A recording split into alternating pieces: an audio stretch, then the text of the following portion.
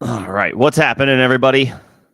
Happy Saturday. Welcome to week 11. Well, it's fast approaching, less than 24 hours from now. It's less than 20 hours from now, actually, to be specific. Got you for week 11 start, sit, help. Sorting out your starting lineup, figuring out who to put into your lineup and who to leave on the bench. We'll get into all of that today. As always, we'll go through the latest injury updates that we have that may ultimately help sort out a question or two. But then, of course, AMA after that's all said and done.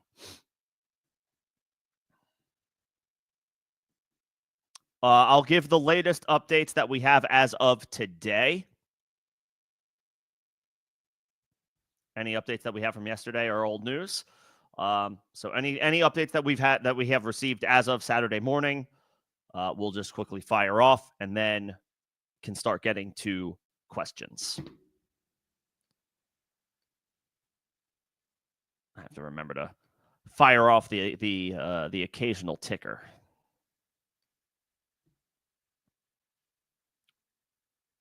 Just to help sort things out and give you guys the information that you need as you are coming in.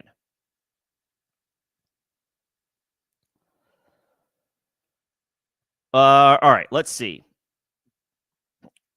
It's not really an injury update, but Tyquan Thornton was waived by the Patriots this morning. Second round pick from a couple of years ago, just did not pan out.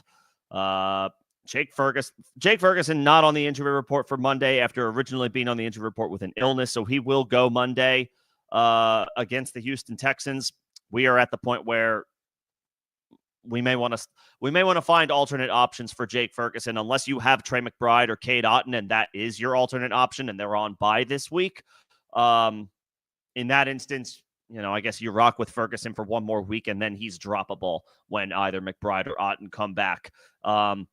And there are some more intriguing streams, to be completely honest, than Jake Ferguson at this point anyway. Notably, guys like, I would start any, honestly, of Taysom Hill, Will Dissly, Jonnu Smith. If you were stashing TJ Hawkinson, Dawson Knox, I would play any one of those guys over Jake Ferguson. But for whatever it's worth, he is healthy coming into this game. CeeDee Lamb was added to the injury report. It was a concern, obviously, when we got the update, but head coach Mike McCarthy followed up a short while after the update saying that it is not of high concern.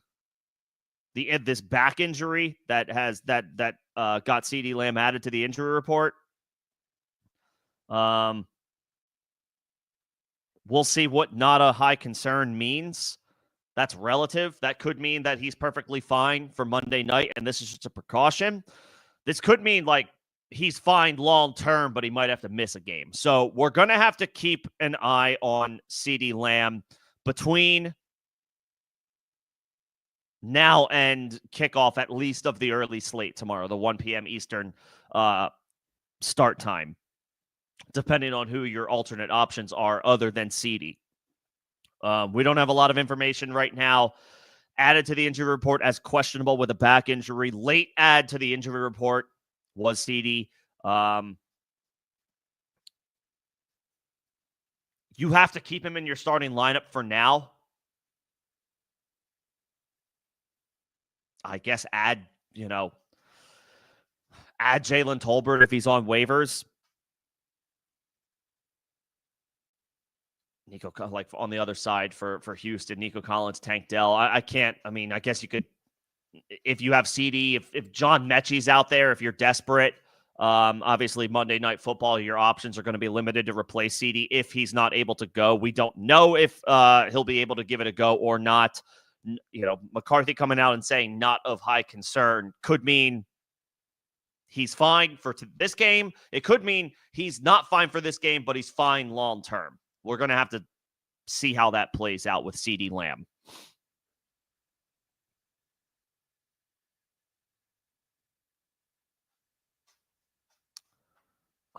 Not a ton of updates today, so I can throw out some updates as of yesterday as well.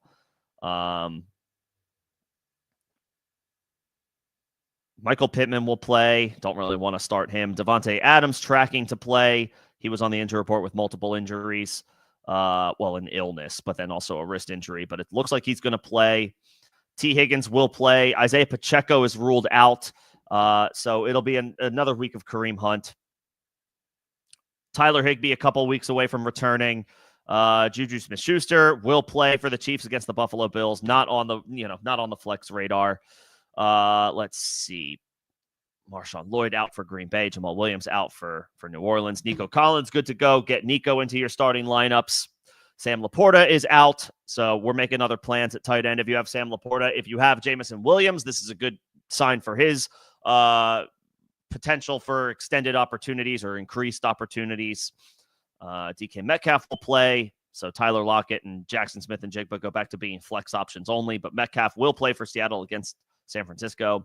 Jaylen Warren was added to the injury report on Thursday and is now questionable for Week 11 after logging a limited practice on Friday. I was liking Warren as a trendy flex option. He had performed well in Week 10, but now a late add to the injury report. Less bullish on Jaylen Warren as a flex option after, and that's, of course, assuming he plays. We don't know if he's going to play. He's on the injury report.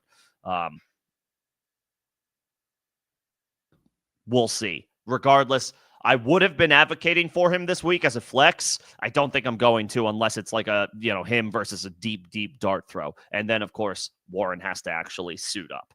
Tank Bigsby out for Week 11, so Travis Etienne will get as many opportunities as he can handle. Isaiah Likely not on the injury report for Week 11, so he will get his typical complement of opportunities. We are not firing him up with a ton of confidence, though, outside of tight end premium formats, I guess.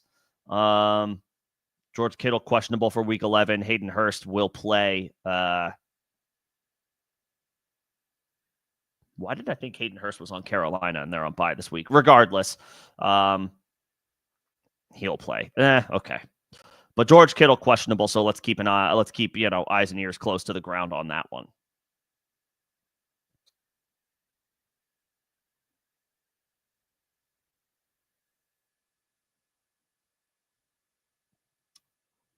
Okay. Short injury list, to be honest, relatively speaking. I feel like there have been times where I've done these streams where I rattle off the latest injury updates and it feels like it's a CVS receipt. It's really long. It doesn't feel like it's as bad this time around for this particular week. Of course, we also have multiple teams on bye, so that rules out a lot of players regardless. Okay. Either way, the big one, I guess, is CeeDee. If you have CeeDee Lamb, grab Jalen Tolbert, or on Houston's side, you could grab John Mechie. As of right now, we have to hold out on CeeDee Lamb and play him if he goes. We'll see what happens there. Okay. I can start getting, I can start getting to questions. I don't see any members in here at the moment, but I will do my regular spiel, even though I do have a ticker, running across the bottom of the screen. If I do see members come in, that they will get questions answered and comments responded to in priority order. That is one of the perks of being a member of the channel. If you are feeling generous enough to offer a super, you do not have to, but if you do, that would be a line jumper to get your question answered faster and in priority order. Otherwise, I will get to everybody as I see the comments coming in.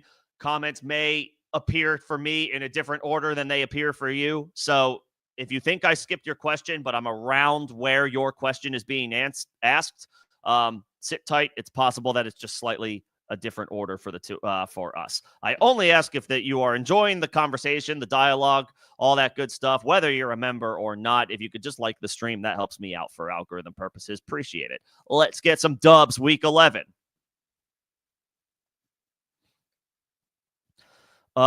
Sutton or Ridley?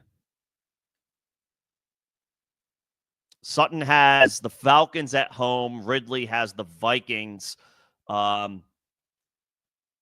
also at home. I think I remember this question from earlier in the week. I guess I give the slightest of nods. I give the slightest of nods, I think, to Ridley ultimately.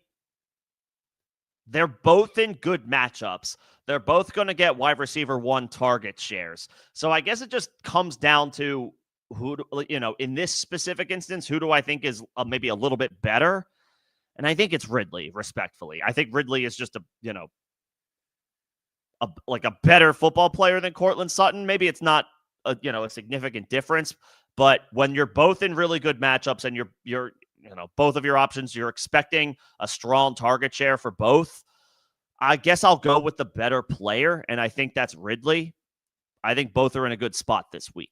So I'll give the slight nod to Ridley. As far as the Steelers versus the Dolphins, the Steelers get the Ravens at home, so I don't really want to play them. The Dolphins have the Raiders. I forget if that's a home game for them or not. I think it might be. So, I don't love Miami's defense, but they're playing a little bit better of late. They played quite well against the Rams on Monday night. Now they're at home playing against a bad Raiders offense. I'll take the Dolphins. If these are your two best options, I'll take the Dolphins. And the Dolphins are perfectly fine, actually. I would probably put them around. They're a top 2 or 3 stream this week, and they're a top 7 or 8 option in general on the week. So I'll say the Dolphins.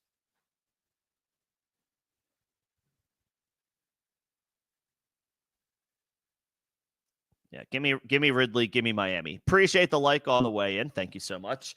We need 2 between Waddle, Elijah Moore, and Dobbs. Let's see. Waddle has done nothing this year and gets the Raiders at home, who have they do decently against opposing wide receivers. Vegas does. They're actually a top 10 defense against the pass top 12 by a couple of yards per game on the season. They've been a little bit more gettable in recent weeks.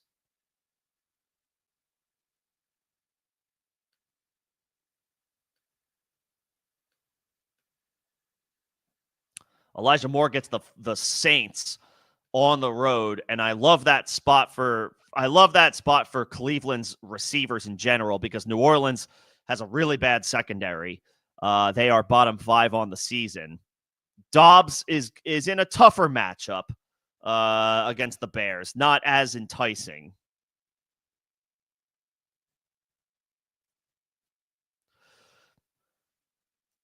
Let's see. It depends. For me, my answer here is it depends on how aggressive you think you need to be. I think if you need to be aggressive, I would probably play Elijah Moore. Like, if you feel like you're a slight underdog and you need to swing for the fences, I'll take Moore in a great matchup. I think I play Waddle regardless, because I know he's been frustrating this year, but he is the best player of this group. So I think I play Waddle regardless. I think I'll play Elijah Moore if you need to be aggressive, and I'll play Dobbs if you are content with a floor play. I will just say Dobbs' matchup is a little less than ideal, so he's not like an auto pick for me, but he's on the flex radar.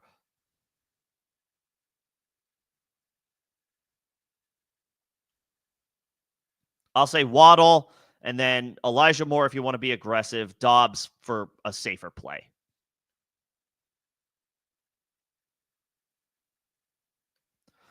And then Winston or Herbert. So Winston is in a revenge game against his old team. Herbert has been playing great football and is at home against a very beatable Bengals defense that gives up, bottom 10 production. And, it's a favorable matchup for opposing quarterbacks. I like Winston on the road in a revenge game, but I'll probably take Herbert here. Give me the better player, the better quarterback in a perfectly good matchup. Nothing scary about the matchup for the Chargers passing attack. And their passing attack has been good the past 3 weeks. The Chargers are throwing the ball a little bit more frequently than they were to open the season. And you would expect when you go against the Bengals, I think it's fair to expect points to be scored no matter what in any game Cincinnati is involved in, because their offense is really good and their defense is really bad. So, Like if I have Bengals players, I want to play them. If I have players going against the Bengals, I want to play them too. Herbert being the better quarterback is ultimately the difference for me here, on top of the good matchup, because both are in good matchups. I'll take Herbert. He's just the better player.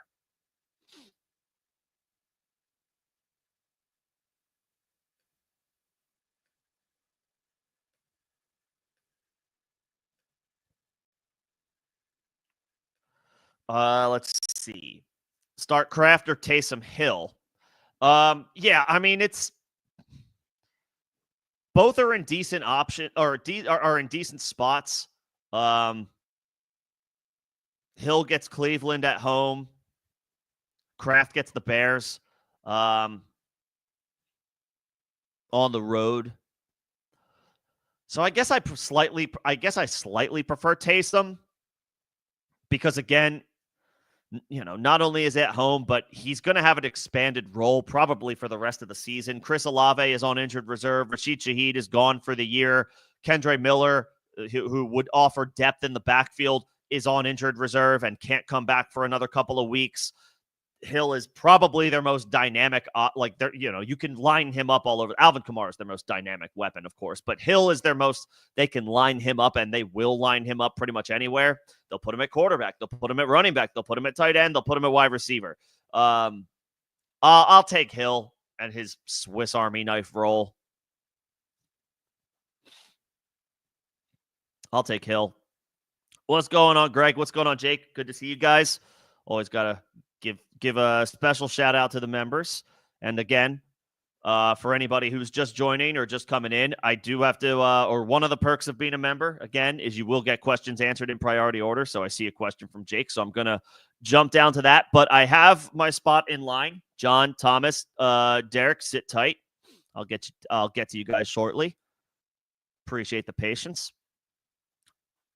But I got to get to my member questions first. 6-point passing touchdowns. You need Nix, Stafford, or Darnold. I'll take Nix.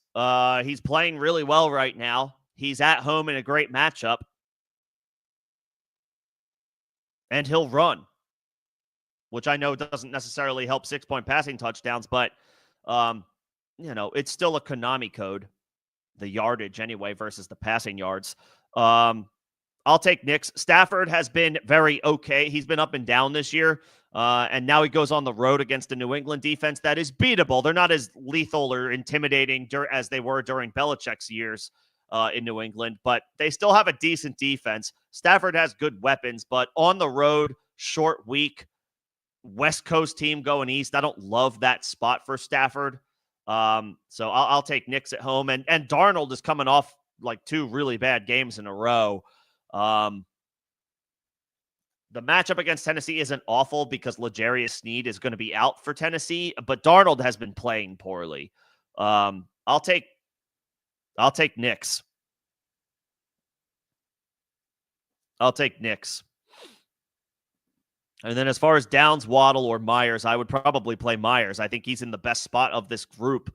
He's performed the best recently of this group. I believe he's a top 15 or 16 wide receiver his past 3 or 4 games played, especially since Devontae Adams was traded. Myers is getting a ridiculous target share. He's far and away take Brock Bowers out of the equation. He's far and away their best wide receiver. Bowers is probably their best overall weapon, but not probably. Bowers is their best overall weapon, but Myers is their best straight up pure wide receiver by far. They're going to funnel him targets no matter who the quarterback is. Downs is now catching passes again from Anthony Richardson. That could be fine. It could blow up in our face, and it's not a great matchup against the Jets on the road. So I don't love that. And Waddle has inspired nothing this year. He's a good player, I think. So in certain scenarios, like him versus other dart throws, I guess I'll try Waddle, but Myers has elevated himself well above dart throw status. He's a wide receiver 2 right now. I'll take Myers. I'll take Nix, and I'll take Myers. Let me know if you need anything else, Jake. Appreciate it. These highlighted comments are significantly larger than they used to be. I don't know why that is. I didn't change any settings. Maybe this is just a StreamYard thing. All right, Greg. So no Marvin Harrison this week. And I do believe he's a guy that you can just continue to fire up moving forward when he returns. It feels like Marvin Harrison's situation has kind of turned a corner. He has been a roller coaster this year, but he's rounding. It seems like the connection is rounding into form between him and Kyler, and his playoff schedule is solid, is pretty good. So yeah, I think you're fine after he comes back from the bye. But until then, of this group, well, Liggett is on bye as well, so you can't use him. I don't want to play Alec Pierce. I mean, he's a dart throw. I'll play Dobbs. Dobbs is a flex play. He's above a dart throw status. I'll take Dobbs. It's not a great matchup, but I trust the Packers offense. I trust Jordan Love. I think they'll be perfectly fine moving the ball in this matchup, even though by the numbers it isn't great. I'll take Dobbs. He's on the flex radar. Pierce and Pearsall are I know Pearsall had a nice day last week. They're more dart throws, and Liggett's not, he's not playing this week. So I'll take Dobbs. But yeah, once Marvin Harrison is back, Greg, next week, I think you just continue to fire him up rest of season and don't worry about it. I don't think there's any matchup at this point where it's just where you're going to be scared off by using Marvin Harrison. I think we can feel good about him rest of season, and I like his playoff schedule. I like Arizona's playoff schedule in general for all other players. But let me know if you need anything else, Greg or Jake or any other members that start that pop in. Again, that is a perk of being a member of the channel, is getting questions responded to in priority order. But I have my spot in line. So let's keep it moving. Is this Stevenson or Pickens? Is that the question? If it is, I mean, unless it's standard scoring, I don't know. Not a lot of people play standard scoring anymore. Even if it's half or full PPR, Pickens. He's been a wide receiver one since Russ got inserted into the starting lineup, and I don't see any reason for that to change against Baltimore, who is a pass funnel. Their secondary is awful. They're getting killed by everybody. So, yeah, I want to play wide receivers going against them. So I'll take Pickens. Keenan Allen or Douglas over Dobbs? No, Greg. No, I'll play Dobbs. I don't trust a Bears wide receiver right now outside of maybe DJ Moore, and even he's difficult to trust. And Douglas, I mean, good matchup, but I'll take Dobbs. I'll take Dobbs. Better offense. Although Drake May is playing well. I will say that. Let's see. Hawkinson or Andrews? We got to trade one of these guys, to be completely honest with you. I understand what the strategy probably was, right? You get Andrews for the first half and then Hawkinson for the second half. So to that point, I mean, I would probably, if I were you, try to trade Mark Andrews, because you might be able to get a little decent something for him, because I don't know if you can accomplish it between now and kickoff, but and of course your league would have to be active when it comes to trades. I would kick the tires on finding somebody in your league who could use a tight end and try to sell them Mark Andrews, because the whole idea of drafting TJ Hawkinson was stashing him until he was healthy, and now he's healthy, and he's easily their second best option in the receiving game behind Justin Jefferson. It's not a bad matchup. I would probably play Hawkinson. I would probably play Hawkinson. That, he's back to being a full-time player. Right? He saw about 70% of the snaps last week, so that number continues to go up, and it's a good matchup. The Titans are getting cooked, over the past few weeks by opposing tight ends. I would, one, start TJ Hawkinson, and two, kick the tires on a trade. Find somebody in your league who needs a tight end and offer them Mark Andrews for running back or wide receiver help. See what you can get. That's what I would do. Same question, same answer. Start Hawkinson, try to trade Mark Andrews. If that's your situation, anybody who drafted TJ Hawkinson, the objective was to hold and stash him, or if you traded for him, either way, the end result was the same. The end goal was the same. You were stashing and waiting for him for the second half of the season. Well, guess what? He's here. And he's back to being a tight end one, and it's a beautiful matchup. I would start Hawkinson, and I would go a step further. check your league, see if anybody in your league needs a tight end, kick the tires on a trade. Maybe a league mate who has Dalton Kincaid, who's out this week. Somebody who has Jake Ferguson, and now Dak is gone for the year. Someone who has Evan Ingram, and Trevor Lawrence is out, and who knows if he'll be back. And they're on bye next week. I would go to anybody in your league mate in that situation if you have something like Hawkinson and Andrews and offer them Andrews. Try to get some running back or wide receiver help. And then Knox or Disley. I like Knox. I do. I prefer Knox. Disley is getting a lot of love because he caught 5 catches for 30 yards last week, and that's good production for a tight end, but it doesn't scream ceiling play to me. Yes, it's a good matchup against the Bengals, but for Dawson Knox, it's a better matchup against the Chiefs, and Dalton Kincaid is out. I would not play Disley. Actually, I just mentioned Hayden Hurst. He's on the Chargers. That's right. I said Hayden Hurst, he's off the injury report, and I was like, I thought he was on Carolina. No, he's on the LA Chargers. Will Disley, I'm going to call it. I'm going to call my shot right now. Will Disley is a trap. Hayden Hurst is off the injury report. And will play. Will Disley is a trap. I would stream Dawson Knox over him. Yep. That's a trap. Somebody fire up that Admiral Akbar. I don't think you put GIFs or memes in the YouTube chats. But yeah. Will Disley is a trap. Hayden Hurst is healthy and off the injury report. I would play Knox.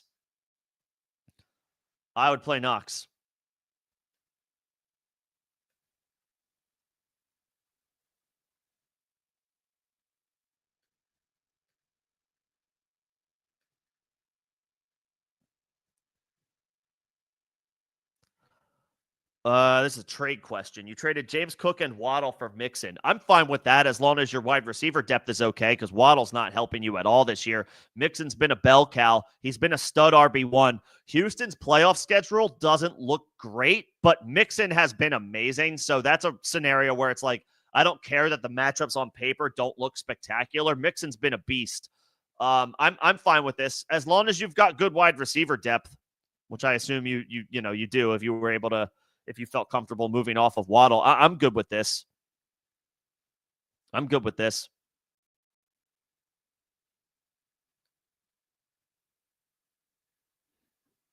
Yep.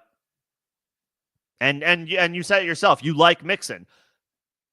At the end of the day, we're just trying to have fun playing fantasy. We want to win, right? But we want to have fun as well. Root for the guys that you want to root for. Go get the guys that you want to get. If you like a player, go get that player. So yeah, totally good with it.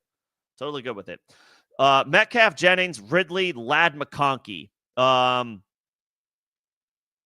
would drop Deontay Johnson to stream a tight end. I don't want to drop Brooks, not yet. You're not dropping Kyler just because he's on bye. I would drop Deontay Johnson. He's not, you should be able to pick him back up next week if you want to.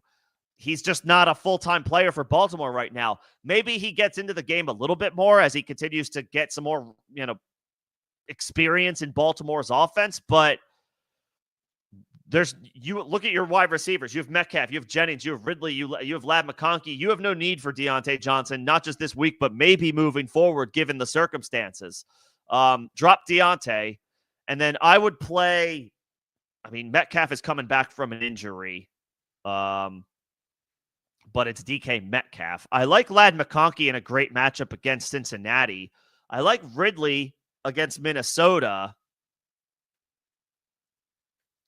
And I like Jennings against Seattle as well, but I don't know that I'm chasing the production that he had last week. Because any of that could ease. Well, I guess, again, George Kittle's on the injury report. If he doesn't play, what is the, I think I'm going to look up Kittle's status. I don't think this changes that. I think my answer is ultimately Ladd and Ridley. Metcalf would be an aggressive play, coming off of a couple of weeks of not playing. And this is not a great matchup by the numbers against San Francisco. Kittle listed as questionable. Did not practice on Wednesday, but was limited on Thursday and Friday. All right, so Kittle's gonna play. Yeah. I think my answer is Ladd and Ridley, and it's kind of like a play it safe type of call. Metcalf would be an aggressive call if you think you need to play aggressive, if you're like a big underdog. But I don't know that we're going to necessarily get that ceiling game from Metcalf in this matchup following a multi-week absence. Now, if he's 100% healthy, then great. But we haven't seen him for a couple of weeks. I think I would go Ladd and Ridley. I like their matchups, and I like their recent production.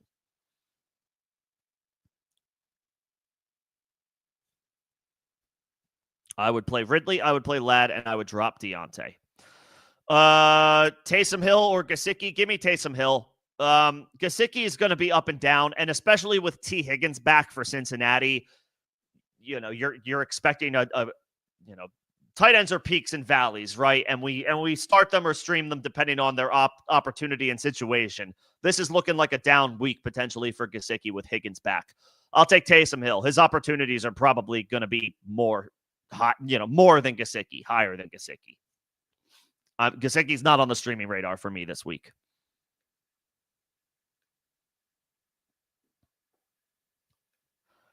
Hawkinson or Njoku. This is a rare occurrence where, again, in the situation where you stashed Hawkinson until now, I advocate playing for him since, that was if you stashed Hawkinson, then the objective was to play him, right? However, Njoku has emerged as maybe a top 5 option rest of season. No Amari Cooper, Jameis Winston in. Great matchup against New Orleans. I like all of Cleveland's pass catchers tomorrow against the Saints. Their defense is atrociously bad. And it's a revenge game for Jameis Winston, having played in New Orleans for the past few seasons. So he's gonna want to have a nice showing, I would think. Njoku helps him get there.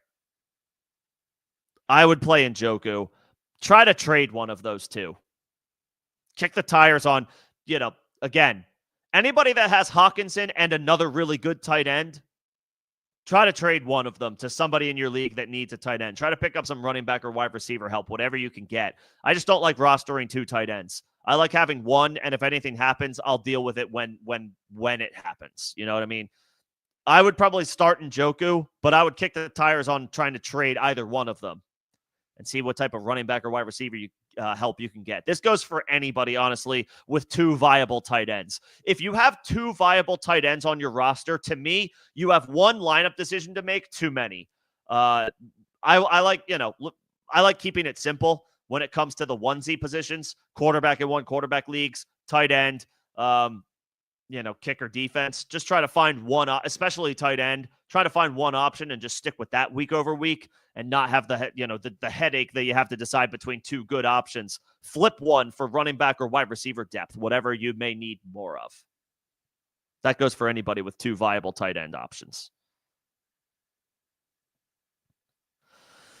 Darnold or Anthony Richardson? Ugh. I don't want to play Darnold. He has not been good. Richardson is impossible to trust, though.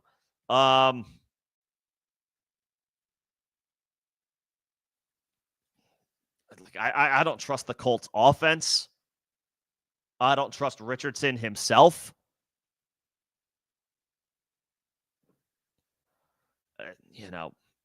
I guess with Richardson, Richardson is the desperation play. You're willing to swing for the fences, and you're okay with settling for a potential really bad game, because we just don't know. Anybody who tries to tell you or predict what to expect from Anthony Richardson tomorrow is kidding themselves and kidding anybody that they're trying to talk into or talk out of. We have no idea what Anthony Richardson is going to look like tomorrow. It might be that this, little stretch on the bench helped him. It might have done absolutely nothing. We have no idea. So I'll say, I'm going to say I don't love either of these options. If Drake May is out there, I would prefer him over both. If Russ is still out there, probably not. I would prefer him over both of these guys. If these are your best options, I would say Richardson is your all or nothing play. You're aggressive. I'm an underdog. I might as well swing for the fences play. And Darnold is your floor play. But we're begging basically for 10 points in this situation. And anything more is gravy.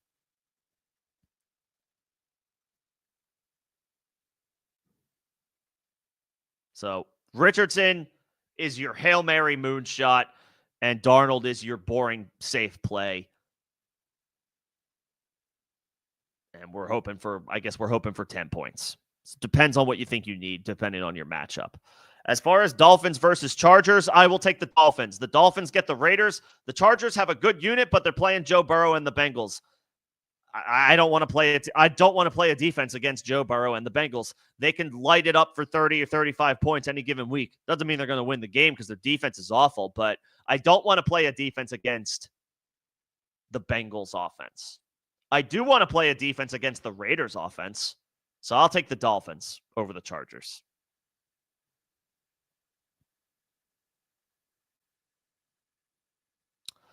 Let's see. I got my member questions. Appreciate my member support. Do we start Tyreek or DJ Moore? I mean, neither are ideal. And since neither are ideal, I'll play with the guy who I know is the more accomplished, talented, better player. I'm just going to play Tyreek and hope for the best. I'm just going to hope, I'm going to play Tyreek and hope for the best. And that's literally what it comes down to. Neither have performed well this year. Neither are in good situations. Both are still the team's number one wide receiver. So you're expecting a number one target share for both Tyreek and DJ Moore. I guess I trust Tua a little more than I trust Caleb Williams right now because there's not a damn thing I trust about the Chicago Bears offense. So I guess I'll play Tyreek. Here's how I'll phrase this. Tyreek is the obvious answer here in a question where it's like, I get it. Both guys are impossible to trust, if that makes sense. You can't trust either one. That being said, you have to play Tyreek. You have to play Tyreek. When all things are equal, play the better player. And that goes for good or bad. Like I got a question earlier, Cortland Sutton versus Calvin Ridley. All things equal, I like them both. They're both in great situations. They're both getting good target shares. They're both in good matchups. I'll take what I think is the better player in Calvin Ridley. Same logic applies here. Tyreek and DJ Moore are both in shitty situations. Neither has produced to expectation this year, and both are in right now bad offenses. I'll take the better player. I'll take Tyreek, and I'll hope for the best.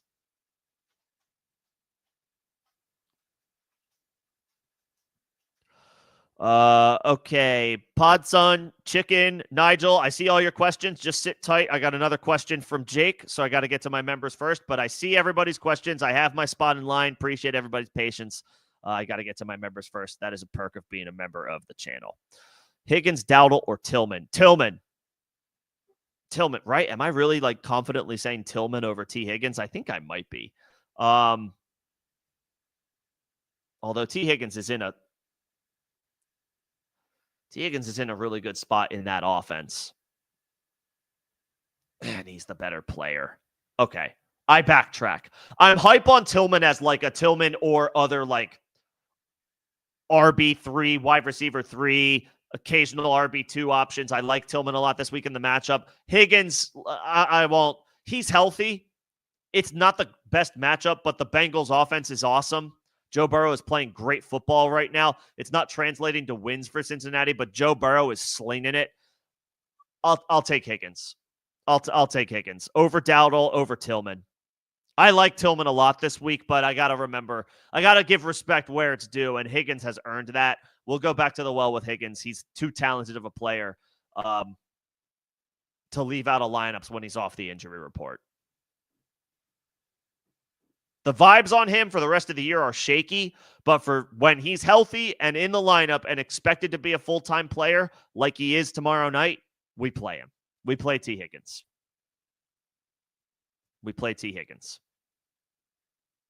Yep. I like Tillman this week. Dowdle, I mean, we got that report from Mike McCarthy that Dowdle was going to be the lead back moving forward. He already was the lead back. I don't know if that means that they're going to completely go away from Zeke or Dalvin Cook. They should. I don't know if they will. But Dowdle already was the quote-unquote lead back. I'm curious to see if that does, in fact, translate to more opportunities for Rico. He's earned them. We'll see if it actually comes to fruition, though. And now it's an impossible offense to trust in Dallas. they're probably sunk for the season with Cooper Rush. They're probably sunk. So I'll take Higgins there. Engram or Taysom. So since it's full PPR, if you had told me it was half PPR or standard, I might have said Taysom. Since it's full PPR, I'll take the option that is the better pure pass catcher, the better pure receiver, and that's Engram. He's not in a good matchup by the numbers going against the Lions, but he was able to turn. I'm not like congratulating Evan Engram for a 6-catch, 40-yard day, but he was able to get 6 catches on 40 yards on 8 targets from Mac Jones last week. That's not good. It was still good enough to be a low-end tight end 1 on the week. So we're hoping for 5 for 40. We're hoping for 5 for 50. Maybe he gets a garbage time touchdown in a matchup where Jacksonville is likely going to get boat raced. But Engram is going to be the clear top target. Christian Kirk, gone. I think Brian Thomas is off the injury report, I think, but I just don't trust Mac Jones. Mac Jones is going to be a check down god to Evan Engram, so he's going to rack up the points in full PPR. 6 catches for 40 yards, that's 10 points in full PPR. You'll take that from your starting tight end every day of the week. I'll say Engram. I don't love the matchup or the situation, but in full PPR, I'll take the better pure pass catcher, and I do think that Mac Jones is going to he's going to seek Engram out as a backup check down god in a game where Jacksonville, how quickly do we expect the Lions to take a lead in that game and hold it? It's probably not going to take long. It's not going to take long. So they're going to be throwing. So I'll take Engram.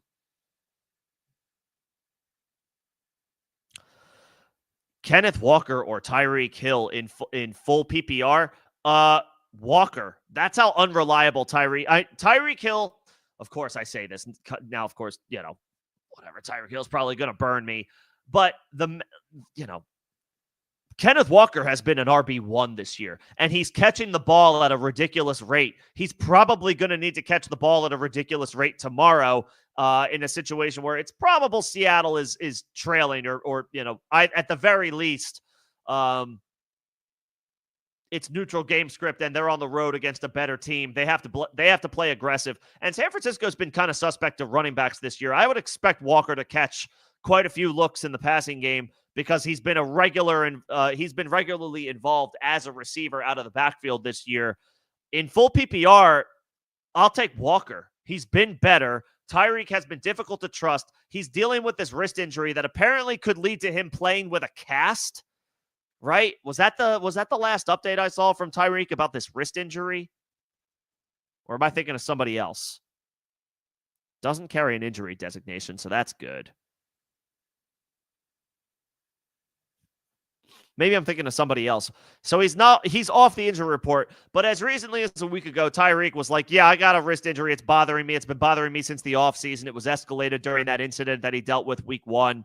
Yeah, I mean, could he pop off for a 40-yard touchdown any given week or tomorrow in this matchup? Yeah, it's Tyreek freaking Hill, but he hasn't. He hasn't really done it this year. He's a floor play right now. Walker is an RB1. I gotta go. I gotta go Walker. I gotta go Walker.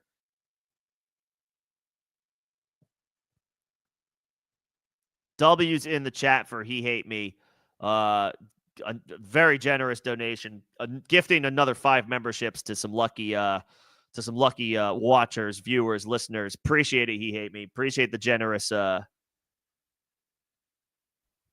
donation. W's in the chat for he hate me.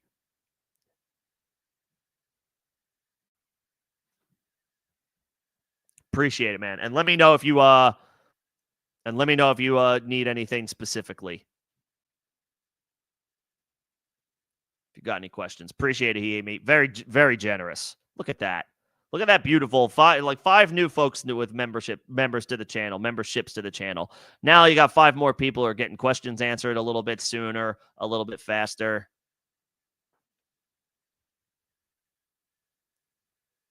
Very generous.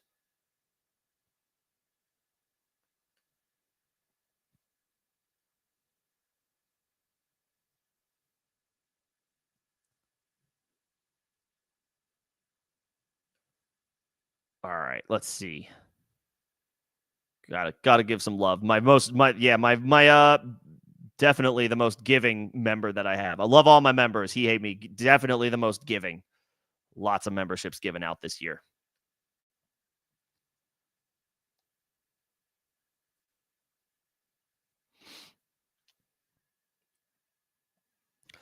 All right, let's see. We're trade away Nico and Taylor for Amon-Ra and Connor. I like Connor. Yeah, I think I would do this trade. I like Connor's playoff schedule. Now, you obviously have to make the playoffs, and you're sitting at 5-5. I don't know if you would accept this trade tonight or before these games kick off this week, but that would mean that you don't have Connor for this week, with Arizona being on bye, and you wouldn't have Nico in his return. That being said, Amon-Ra for Nico straight up is fair. Taylor might look like an upgrade over Connor, but I will tell you, I really, really like James Conner's playoff schedule, weeks 15 through 17. Obviously, you have to make the playoffs for that to pay off, for that to pay dividends. Sitting at 5-5, you should be in decent shape to get there.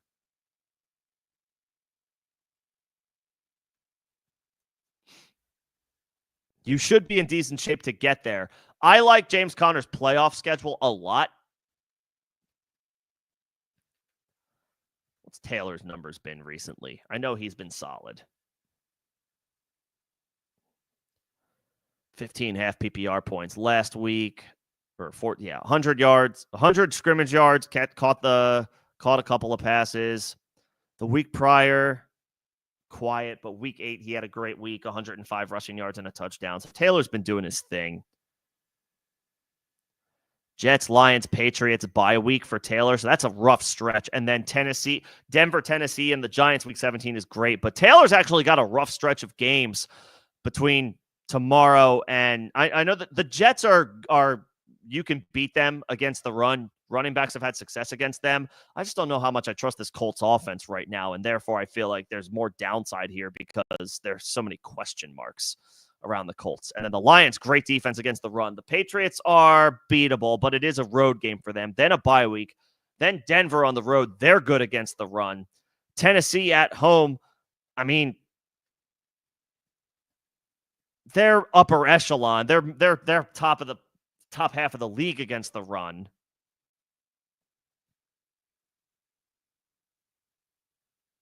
The Giants are a great matchup, but you got to get there first.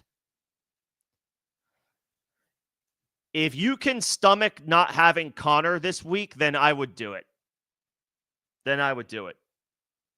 But obviously, you're not going to have Connor this week because he's on bye. If you are able to withstand, if you have decent other options to turn to this week, you make this trade before kickoff, and you have decent pivots since you won't have Connor this week, I'm okay with the trade because Amon-Ra for Nico is a fair swap, and I like Connor's season scheduled to end the season more than I like Taylor's.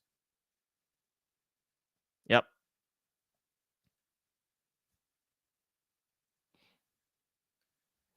Let's see. And then Stafford or Rodgers for He Hate Me. My most generous member. I'm not crazy about Stafford this week. I guess my answer is Rodgers. He hate me because I'm not crazy about Stafford this week on the road against New England, which is typically not, it's an intimidating matchup under, from the Belichick years, but it's not as intimidating. Still, they're solid against the pass this year. I think they've only allowed, 12, 13 passing scores on the year, so that's not very high. They're a much easier team to run the ball against. Stafford obviously has good weapons, but he didn't do anything in a home game Monday night, primetime game Monday night against the Dolphins. Tough matchup, but at home didn't really do anything. New England is equally good against the pass.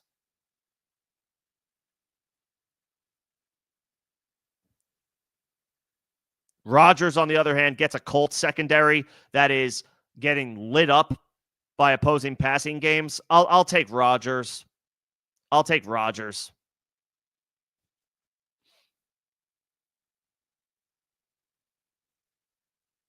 Yeah, I mean, it's a home game for the Jets. Um, it's a game that they should probably win, right? They're probably looking at this on paper and thinking to themselves, we should win this game. Rodgers is probably going to have to, you know, Rodgers has to play well. He gets, he has Garrett Wilson. He has Devontae Adams. He can throw the ball to Breece Hall. It's a good matchup all the way around. I'll take Rodgers. Stafford on the road, West Coast team going east. Not a great matchup anyway by the numbers. I'll take Rodgers. I'll take Rodgers over Stafford.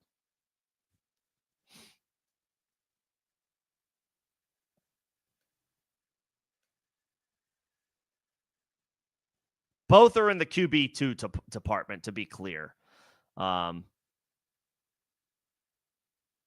I like Rodgers a little bit more than I like Stafford because at least Rodgers is at home, and it's a great matchup. Stafford's on the road, and it's a less than ideal matchup.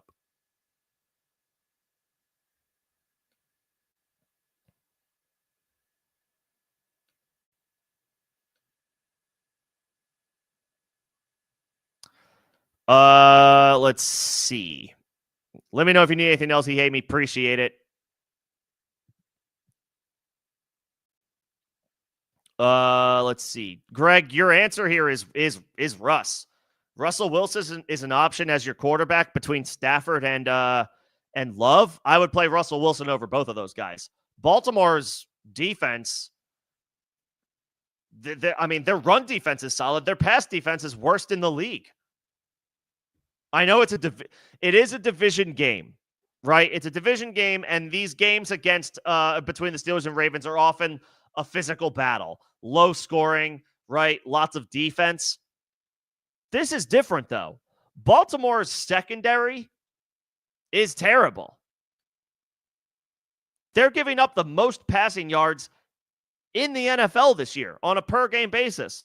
And over the past 3 games, they've been even worse. They're averaging over the past 3 weeks, Baltimore is allowing 300 yards per game to opposing quarterbacks. The Steelers are at home. I would play Russ over Jordan Love, and I would play Russ over Stafford. I would play Russ. I know it's a tough AFC North division game, and division games can be hairy and weird. But Baltimore's secondary is not as good as they usually are. I would play Russ.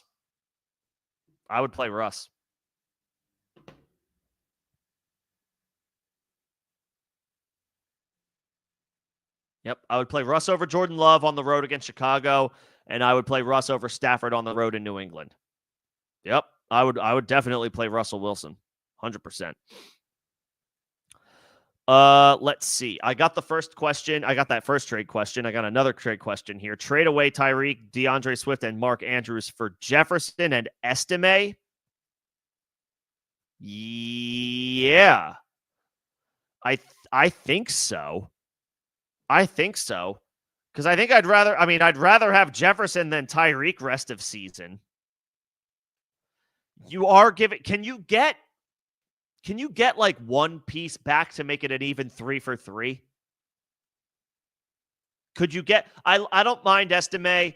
DeAndre Swift has been solid, but the Bears offense is impossible to trust right now. And Estime is a potential, I think you have a right to ask for a third piece in this trade, end of bench running back or wide receiver stash to make this an even 3 for 3. I think it's within your right or within your expectation to be able to ask for a third piece to make this an even 3 for 3 trade. Get extra running back or wide receiver, like last guy on their bench or second to last guy on their bench. Just get an extra guy because you are giving them Andrews essentially as like a throw-in in a good 3 for 2 where they're getting pretty damn good players from you. I am in favor of doing this trade because it gets you out of having a second tight end when you already have Kelsey. But I would ask for a third piece in this deal. If you can get an even 3 for 3 swap, get a second running back or a second wide receiver and make it an even 3 for 3, and I would say yes, do this.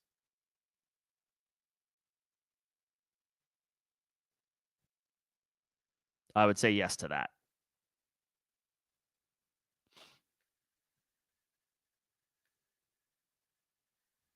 if you can get a third piece. I'm still intrigued by the offer, but I want that third piece to make it an even 3-for-3 because you're giving somebody a tight end one rest of season, essentially as a throw in this trade.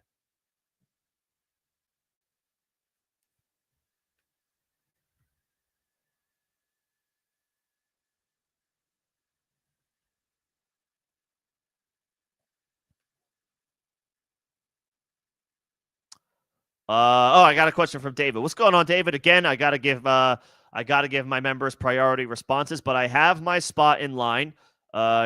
Derek, Lewis, T-Man, I see everybody. I will get you your questions here, but I got to get to my members first. That is a perk of being a member of the channel. And I see David popping in, so we gotta figure this stuff out. Goff versus Russ.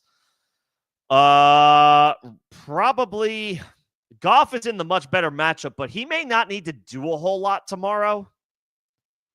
Like, the Lions might kill the Jacksonville Jaguars. They might absolutely smoke them, and they're just running the ball in the second half. The Lions pretty much just need to show up to this game to handle their business. This is a massive, massive talent gap between the Lions and the Jaguars. And to that point, that's why I'm concerned about Goff. Will they even need to throw the ball all that much? And he's out. He doesn't have Sam Laporta. I would play Russ. Baltimore's secondary is so bad. They're worst in the NFL by the numbers as far as passing yards allowed per game. I'll take Russ over Goff. And then you're playing. Is it 2 running backs and a flex? Because if it is, then you're playing all 3 of those running backs, and then I would play Higgins and Quentin Johnston at wide receiver. Higgins healthy, good to go, great matchup, so I would play him. And I would play Quentin Johnston on the other side of this matchup. Expect a lot of points to be scored between the Bengals and Chargers. I don't trust Keenan Allen. Xavier Worthy is a dart throw. And I don't trust Keenan Allen in a bad Bears offense. So assuming it's 2 running backs and a flex, you're playing Bijan, Kyron, and Breece, and then I would play Higgins and Quentin Johnston at wide receiver. If it starts 3 wide receivers, then I guess I would play Keenan Allen as that 3rd wide receiver, but hopefully it's only 2 wide receivers. It's 2 running backs and a flex. All right, cool. Yeah, Bijan, Kyron, Breece, and then Higgins and Quentin Johnston. What's going on, Derek? Good to see you, man. Start Higgins or Reed. So again, I really like Higgins' spot now that we know that he's healthy. Jaden Reed and the Packers offense, while I do trust them, this is a tough matchup on the road. The Bears, for everything wrong the Bears are doing with their offense, their defense is good. So, and being at home, this is a slightly tougher matchup for the Packers. Higgins, it is a tough matchup by the numbers, but Higgins is objectively still, I think he's earned the right to be called a better football player. Like a more proven guy. Jaden Reed is excellent, but Higgins is more proven. This is a good matchup. He's in a great offense. Well, it's a tough matchup, but he's in a great offense, and we expect some fireworks. No concerns about weather with the game being played in LA. And he's healthy. He's off the injury report. I'll take Higgins. Both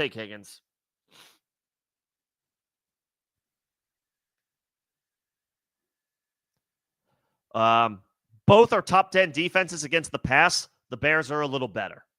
And the Bengals offense is cooking right now. Burrow specifically is cooking. So, I want a piece of that pie if I have it available to me. So I'll play Higgins. Okay. If any other members need anything, let me know. I don't think I got this one. Judy or Estime in the flex. I'll take Judy. Estime is really intriguing, really interesting. Audric Estime, first of his name, Slayer of Dragons, Lord of the Realm. We just don't know if he's going to fully take over this backfield, or is Jaleel McLaughlin going to remain involved?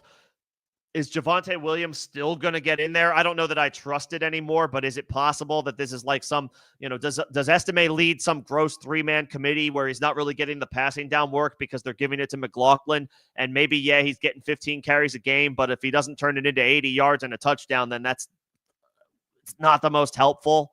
Judy, on the other hand, he's going to be a full-time player because he has been since Amari Cooper was traded. And this is as good of a matchup as it gets going against New Orleans.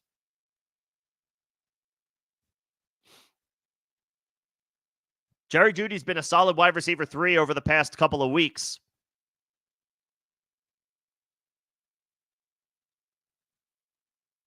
And the Saints are getting cooked by every opposing wide receiver recently. So I'll take Jeudy. Love Audric Estime. Lord Audric Estime. We knighted him in the offseason. Slayer of Dragons. But I'm not quite there yet. Although it is a good matchup. It is a good matchup against the Falcons. I'll take Jeudy in a great matchup against the Saints. Puka, Taylor, Walker in full PPR. Puka's got the Patriots, but it's full PPR, so I think I feel okay with him. And then Walker versus Taylor. These are all really good options.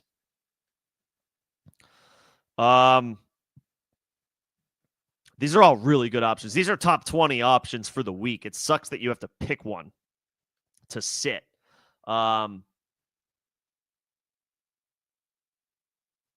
Puka's handling a wide receiver 1 level first read target share, even with a healthy Cooper Kupp.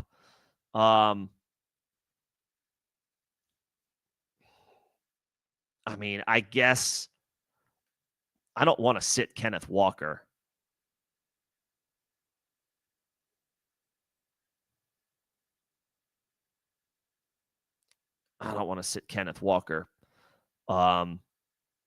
But the Jets are a much more beatable matchup for opposing running backs than the 49ers are. We're splitting hairs here. I say Puka and Taylor. Puka, because in full PPR, I want to start a stud wide receiver like Puka, and we're talking about 2 RB1s here in Taylor and Walker. I'll take the one in the better matchup in Taylor. That sucks that you can't play all 3 of these guys. You should be able to play all three of these dudes. Yep. Need Higgins to stay healthy, Derek. I don't know if it'll actually happen. He's in a contract year, and he's obviously, it doesn't seem like negotiations with the team went all that well over the course of the offseason. We'll see if he tries to preserve himself coming down the stretch if the Bengals are out of the playoff race, which they very well could be. But he is healthy now. Might as well rock with him.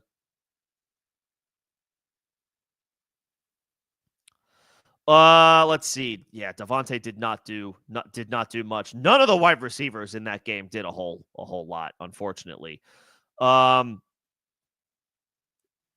You need one of these guys for the flex between Dobbins, Adams, and Jennings. I like Dobbins' matchup. Against the Bengals. I like Adams' matchup against the Colts. I like Jennings' matchup against the Seahawks as well. I think if it's full PPR, I guess I would go Adams if it's full PPR.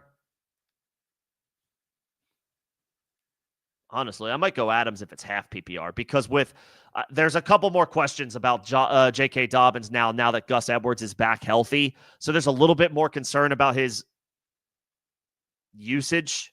There's not concern, but questions like how frequently is Dobbins going to be on the field now that we have a healthy Gus Edwards? We don't have those questions about Davante Adams. We don't have them about Jennings either, but he is behind Debo and Kittle and now McCaffrey in the pecking order. You would think most weeks. I'll take Adams here.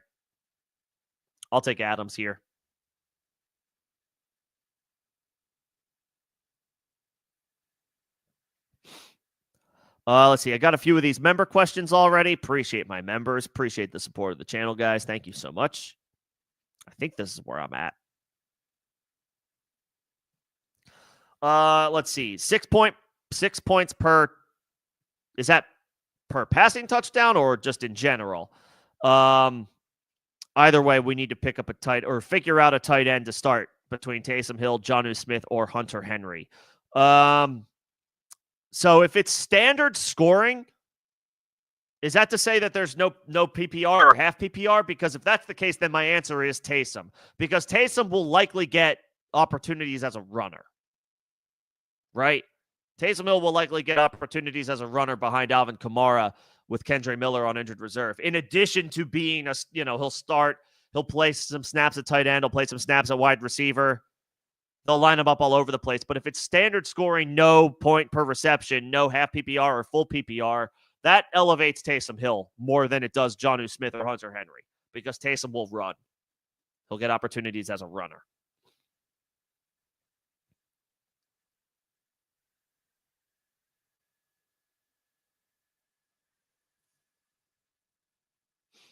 Yeah. So I'll go Taysom. Taysom in standard scoring. Disley or Ferguson? I don't love either one of these guys this week. I personally think Disley is a bit of a trap because he's trendy this week because he had 6 targets. He caught 5 of them for 30 yards, which in tight end land is good enough for a low-end tight end 1 performance 80% of the time. But Hayden Hurst is back healthy for LA. He's going to play. He's off the injury report. Ferguson, on the other hand, is dealing with now a really bad offense. So I don't really like either one of these guys. My answer to this question is Dawson Knox still available? If Dawson Knox is available, that's the guy I'm streaming over guys like Ferguson or Will Disley. If Dawson Knox is available, that's who I'm picking up. That's who I'm rocking with if these are my best options. I don't trust Ferguson anymore because I don't trust the Cowboys offense without Dak. And I don't trust Disley because, yes, he had a solid week last week, but he didn't exactly go nuts, and now Hayden Hurst is back. Yes, we're expecting some fireworks in that game, and it should be a good game. There should be a lot of points scored with the Chargers going against Cincinnati. It's just if Hurst is back, plus Quentin Johnston is not on the injury report anymore. Ladd McConkey's doing his thing. Josh Palmer's doing his thing. Like, to me, Dawson Knox is the stream because Dalton Kincaid is out. We have a history of seeing Dawson Knox get red zone opportunities from Josh Allen when he was the starter initially. And he gets that chance again this week against against Kansas City, who they're one of the worst matchups or one of the most favorable matchups for opposing tight ends in the league this year. If Knox is already rostered, I guess I'll say Disley because at least he's catching the ball from Justin Herbert. But I will caution, I do think Disley is a trap this week with Hayden Hurst back healthy.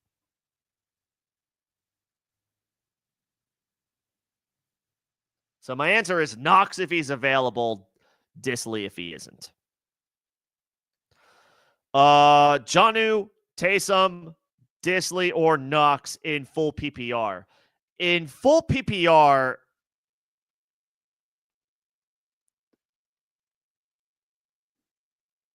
I want to say, I guess I want to say Jonnu, but he is up and down. I guess I still say Taysom Hill, even in full PPR. His rushing volume is not as valuable in PPR leagues, but it still is something, it's still, he'll get more dynamic usage than any of these other guys. And the Saints are desperate for playmakers.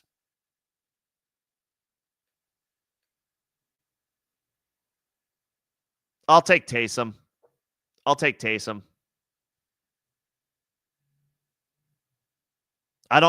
telling you, I don't trust Disley this week. I don't.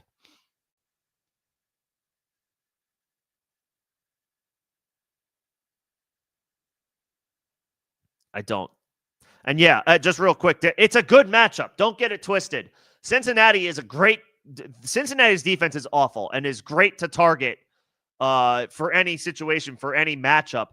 I just don't know if I trust Will Disley specifically because I don't know how many opportunities he's going to get. Is Hayden Hurst going to take some of them? Because now he's back healthy. He didn't play previously, but he's going to play this week.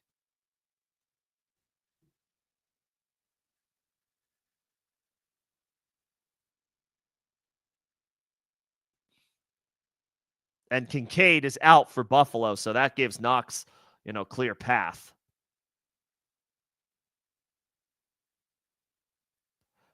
I mean, Dissly figures to be ahead of Hayden Hurst as far as snaps and opportunities.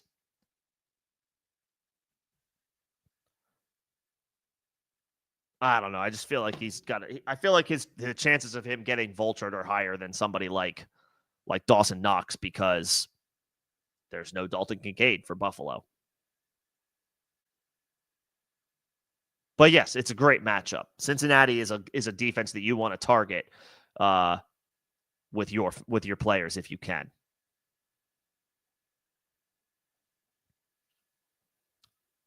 But yeah, here going back to I would go Taysom Hill over these options. Not as good of a matchup by the numbers, but Hill will have the Swiss Army knife roll and get a lot of opportunities all over the field. PPR, Madison, Estime, Knox, or Demario Douglas.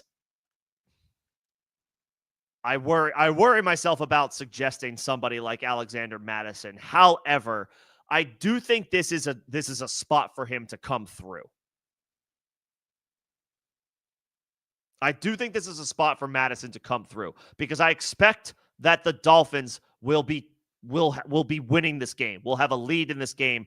The Raiders will be trailing, and when the Raiders are trailing, Madison is the pass catching back for them, not Zamir White.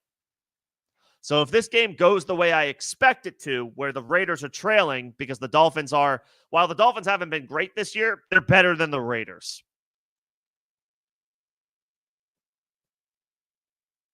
And if they're playing with a lead, which I think we can expect Miami to be playing with a lead over Vegas, Madison's going to be in the game for the Raiders, potentially catching dump-offs out of the backfield. So in full PPR, I think my answer here is Madison. He's not great. He's not that good, but he should get some decent volume tomorrow, just based on how I don't want to say we, but how I would expect that game to go. I assume the Dolphins will be playing with a lead. The Raiders will be trailing. Therefore, Madison is in the game a little bit more frequently than Zamir White.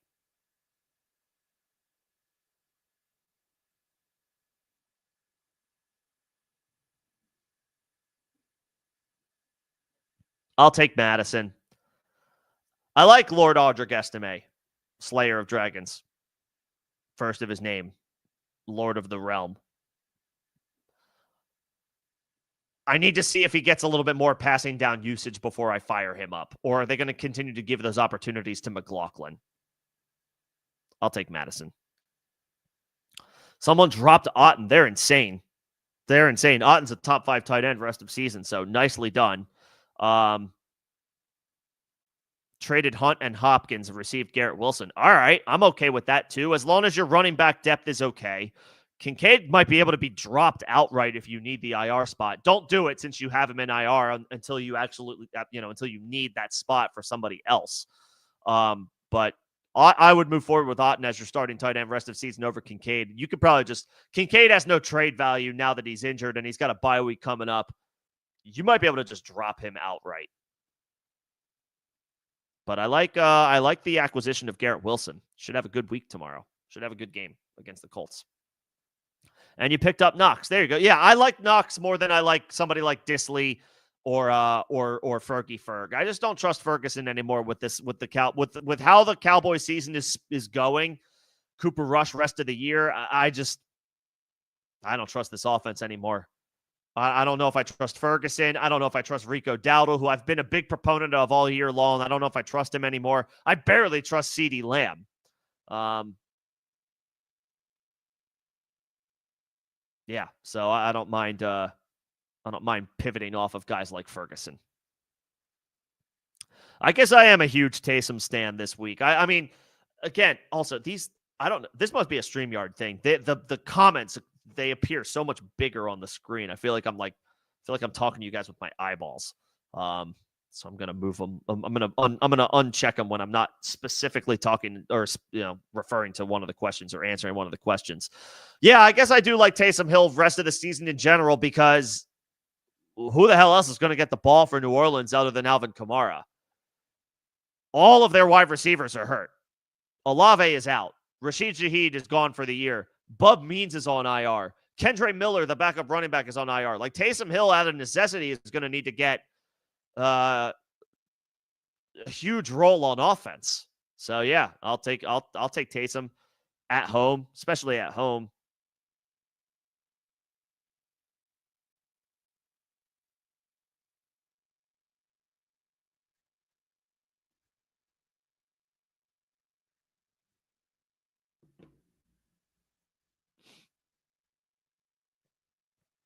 See if there's any new injury updates that may have come down since I started. No new injury updates. No new injury updates. As a reminder, I am down at the I'm down at the bottom of the. I see a couple more questions, so I will get to those. But I guess now feels like a good time. Just as a reminder for anybody who's still in here. First of all, hopefully everybody's having a good Saturday, however you're spending it. Appreciate you guys spending some time with me today. Hopefully, I help get you get some wins this week. I will be live tomorrow as well, somewhere between 11 and 11:30 Eastern time. It will be. Moving forward, the Sunday morning streams will be members only. Anybody is able to watch, but members will have access to the chat. So that's the Sunday morning cadence moving forward. So I will be available if any members need any last minute thoughts or answers to questions prior to kickoff. You can join at the lowest level membership if you're interested. It is 99 cents a month. I don't think that's a ton to get all of those Sunday streams and priority responses to questions in all streams for the rest of the season. Not bad, right? Not terrible. You don't have to do it, obviously, if you don't want to. And obviously, I'm still here to answer questions Thursdays and Saturdays moving forward to help start sit decisions.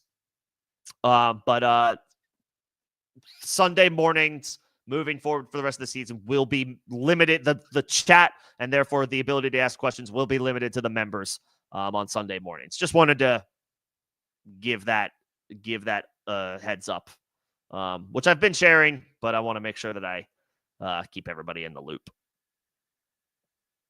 Let's see. Do I like Mechie Greg over Pearsall? Rest of season? No, I would play. I would hang on to Pearsall. I would hang on to Pearsall. And I got a new. Is it Curtis? You might be a new member. Welcome on. You may be as a result of He Hate Me's generous donation. Gifting out subs left and right this year. Appreciate it. He Hate Me. But that means you get priority responses to questions. Chase Brown, Baker Mayfield for Reed and Herbert. So I need some more. I guess I need some more context here, Curtis. What does your running back depth look like? Which side are you acquiring? What's the scoring? How many receivers do you start if you're the one acquiring Reed? I mean, I guess in a vacuum, I prefer Chase Brown and Baker Mayfield. But if I'm loaded at running back or if I'm loaded at wide receiver, it depends on the makeup of the rest of your team and what you're giving up and what you're acquiring. So let me know what side are you getting, Curtis? What does the rest of your team look like? And how many wide receivers do you start? That maybe is more specifically catered toward, are you the one acquiring Jaden Reed? So let me know, and I can give you some more thoughts. But in a vacuum, I would probably prefer Chase Brown, who is to the moon rest of the season, potential league-winning upside, even though Cincinnati has not the best playoff matchups, fantasy playoff matchups, but Chase Brown starting running back next to Joe Burrow, I'm not necessarily worried about bad matchups on paper. Let's get back up to this quarterback question. Cousins or Winston? I am not crazy about Cousins this week. So I think by nature of the beast, my answer is Jameis Winston. It is a revenge game, right? He spent 2-3 seasons in New Orleans, 3 or 4. I think it was there when Tom Brady was signed by the Bucs is when Jameis went to the Saints. So that's 3-4 years. that Winston was with New Orleans. So, he wants to have a nice day in his return to the Superdome. Browns coming off a bye week. Great matchup. The New Orleans secondary, the New Orleans defense as a whole is not good. Cousins, on the other hand, has to go to Denver, who has a great defense and are top 10 in the league in passing yards allowed on the season. So I'll take Winston.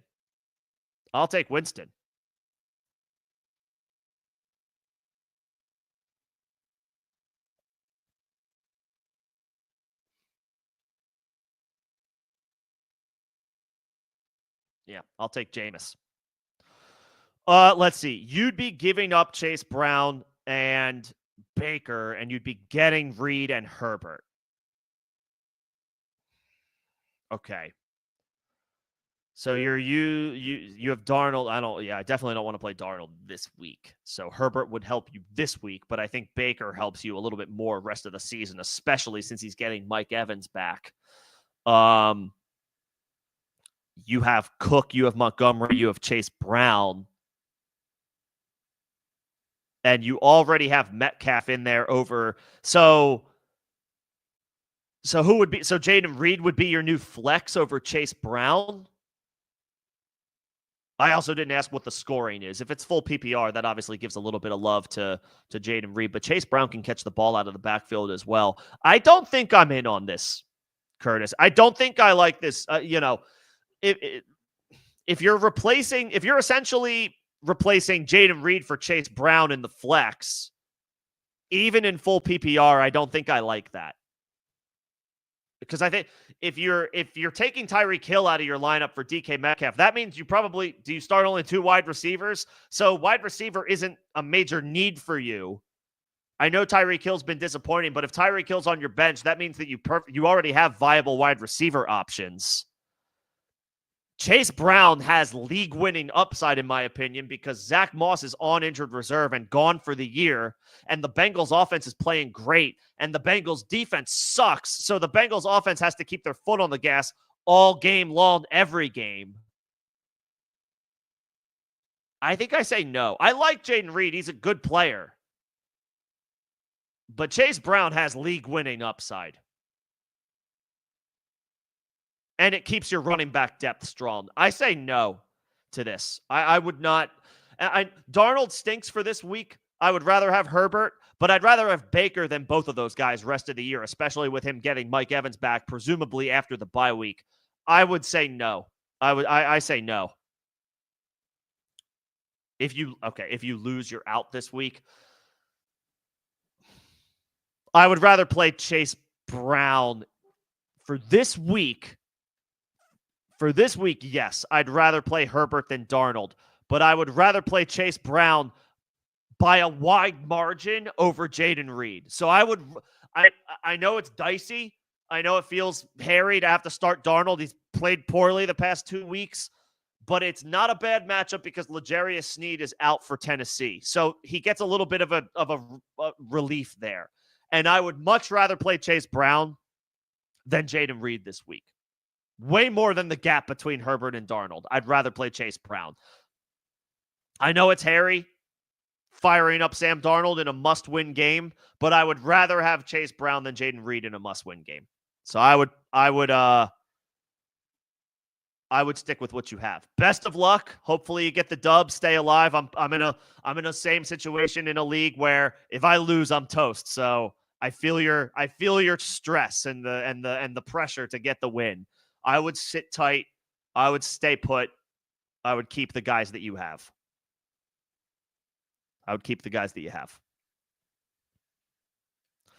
Let's see. Derek, waivers are super thin for tight end. Oh, you have Disley going this week? Well, I hope it look, if you have to play him, I hope it works out for you. I feel like he's a little bit of a trap. It's a beautiful matchup. Make no mistake. But I kind of like, if I'm swinging for the fences on a dart throw, I kind of like Dawson Knox this week with no Dalton Kincaid and catching passes from Josh Allen in a beautiful, beautiful matchup. That's just me. If you prefer Disley, fire up Disley. And it's a great matchup for him as well. And it's no, going from Josh Allen to Justin Herbert, no slouch, right? Justin Herbert's a baller. Justin Herbert's playing some great football right now. So it's perfectly fine to be confident in those guys. I don't know. Maybe I have some Dawson Knox tinted glasses, but I've seen Dawson Knox command solid red zone opportunities in the past. And now Dalton Kincaid is out, and Keon Coleman. For whatever that's worth. Keon Coleman is out as well. Meanwhile, the Chargers wide receivers are all healthy. So that's another element for me here. That's another angle for me here. All of the Chargers wide receivers are healthy as it pertains to Disley, and as it pertains to Knox, Kincaid is out, Keon Coleman is out, and I haven't even brought this up. Amari Cooper, we still don't know if he's going to play. He's questionable with this wrist injury that apparently has had to keep him out for a month. So, give me Dawson Knox. Give me Dawson Knox. No Kincaid, no Coleman, maybe no Cooper. And if Cooper plays, will he get 100% of the snaps? He hasn't played for 2 weeks, and he's still questionable with the wrist injury. Even if he does go, what can we expect from Amari Cooper? Give me Dawson Knox, man. I'm telling you, I'll sink or swim with this. If I'm wrong, I'll be the first one to tell you, sorry, I fucked up. But I don't know, man. I'm feeling Dawson Knox this week. Feeling Dawson Knox this week.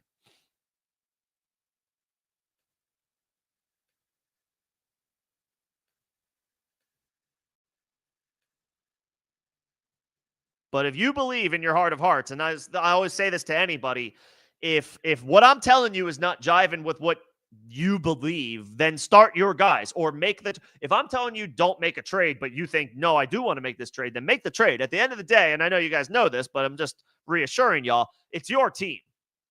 It's your team, and these are your choices. These are your decisions. Do what you think is best. All I can do is give you what's on my mind. But hopefully it helps either way. Russ or Darnold in a Superflex league. Russ, baby. Russ. I know it's a division matchup. It's an AFC North Steelers-Ravens slugfest. You wouldn't be surprised if that game ended, with a final score of 13-6 or 13-9. Or some obscure number where each team kicked 3 field goals and one team got a safety. This isn't the same Baltimore Ravens secondary, though. Their secondary, respectfully, stinks. And I say respectfully because the Ravens are regularly one of those teams where you look at their defense and you're like, that's a good defense, or you expect them to be a good defense because it seems like they're always a good defense. Not this year. Not their secondary anyway. Their run defense is good. Their pass defense is the worst in the NFL. I'll take Russ at home. If it was in Baltimore, if it was on the road, I wouldn't be as bullish. But I'll take Russ, who's playing pretty well, and it's a good matchup by the numbers. Even though it's a division game, AFC North, we've seen Steelers-Ravens games end in, the score is 9-6. We've seen it before. It's a common occurrence for those two teams to beat the shit out of each other and come away with a combined 5 field goals as the score. We've seen it happen. But this isn't the same shutdown unit that the Ravens typically have in the secondary. It's not. I'll take Russ. I'll take Russ. You're looking to upgrade at wide receiver. You have CeeDee, so that's fair. It's impossible to trust him right now. You have Burrow, you have Lamb, you have Tillman, you have Waddle, you have Downs, you're trading one of those tight ends. I would try to trade one of those tight ends, I know trading a tight end can be difficult because people are I'll just stream them. But you have 2 tight end ones right now. And I know that you can't play Trey McBride because he's on bye this week. But I would go around your league, check everybody's roster, and see who needs a tight end. Is there somebody who was starting Dalton Kincaid and now he's out? Or is there somebody who has Jake Ferguson and now we don't trust him because the Cowboys offense stinks? Is there somebody who has Evan Ingram and now he's hard to trust because, Trevor Lawrence is out and he might be done for the year? Offer Andrews or McBride. Get a good wide receiver back in return. I would do, because your running backs are Dobbins, Montgomery, Pacheco, and Walker. Dobbins is now losing opportunities potentially to Gus Edwards, and Pacheco isn't back yet.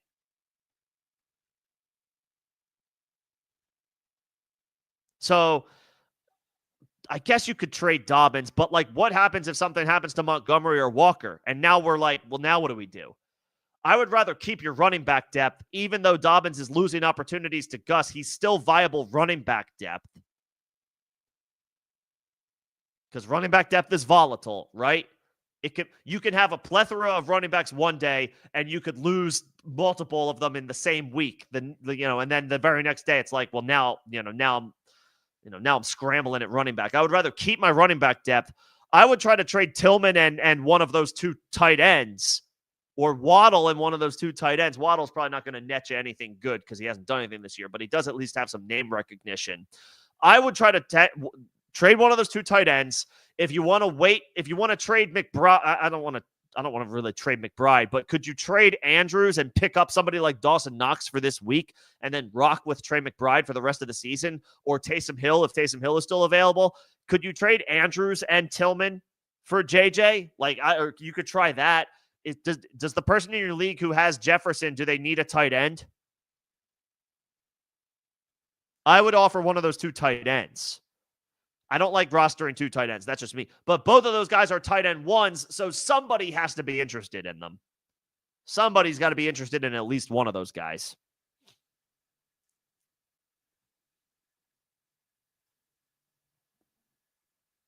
Yeah, I would try to trade one of those two tight ends. He has Ingram. Does he feel like crap about Ingram right now? Would he prefer to play somebody who has his quarterback like Mark Andrews? He gets to catch the ball from Lamar Jackson. Trey McBride gets to catch the ball from Kyler Murray. I would prefer that over Mac Jones. I would kick the tires on that. Offer him one of those tight ends. Don't ask for Ingram in return, though. Rock with whoever you keep rest of season. I would dangle one of those two tight ends. Obviously, if you trade Andrews, then you have to stream somebody this week, and hopefully you're not in a position where it's like you have to win or you're done. Because I do like Trey McBride's fantasy playoff schedule, and he would be the guy I would prefer to keep, even though you can't play him this week. I would dangle either Andrews or McBride with, say somebody like Tillman, and see what type of wide receiver you can get.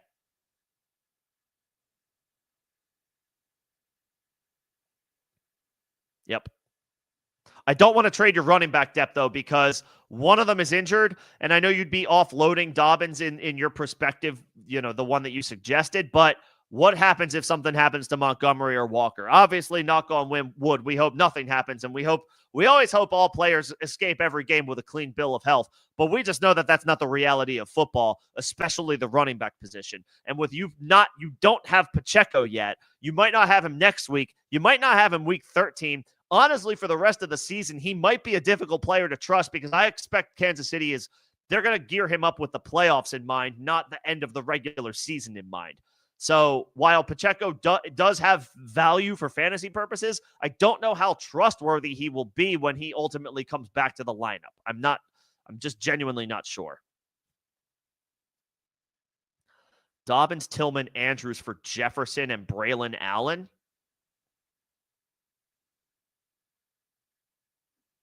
I don't hate that. If I could get a slight step up from Braylon Allen, if I could get like his next best running back, as long as it's not a stud where you're asking for too much, because you're already getting a prospective stud in Justin Jefferson in this trade.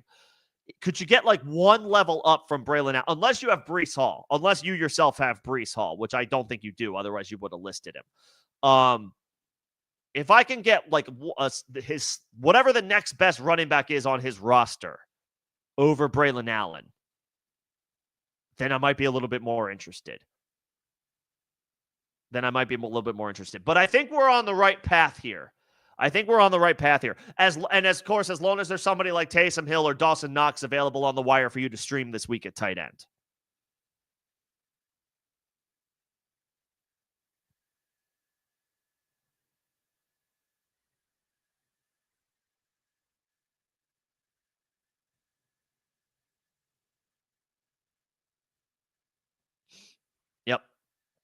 I would want to know who the next guy is, who the next guy that they have at running back that you could potentially ask for.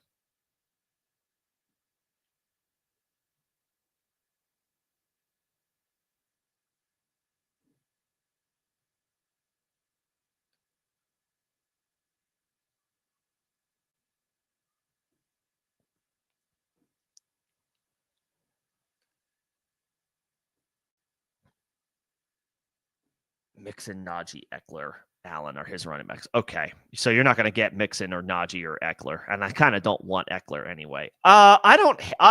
Okay. My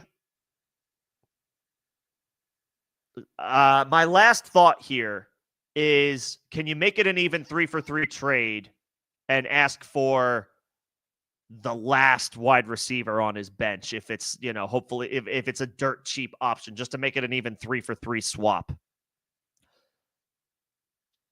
Even if he says no, I think I'm okay with this return for you.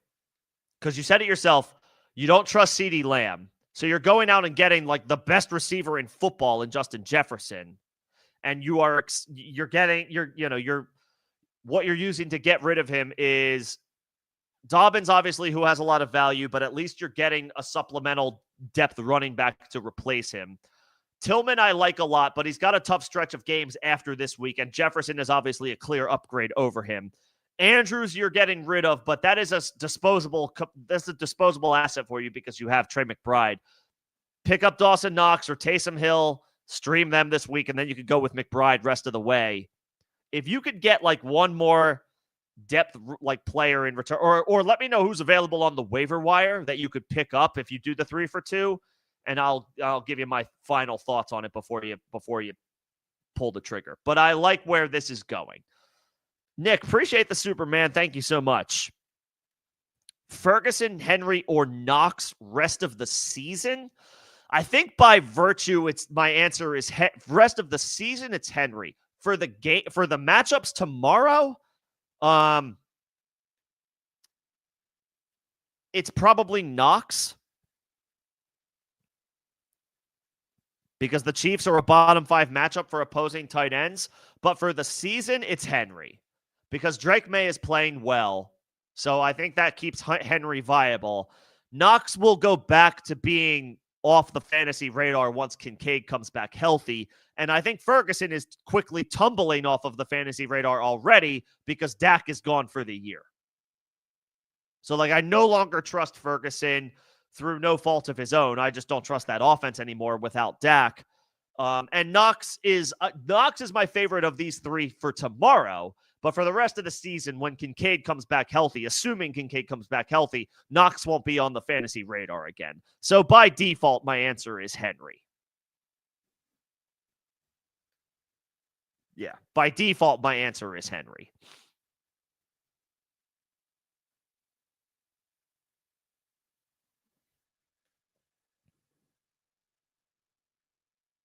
Look, Drake May is playing pretty well. What is the Patriots' schedule for the rest of the way? I should know this.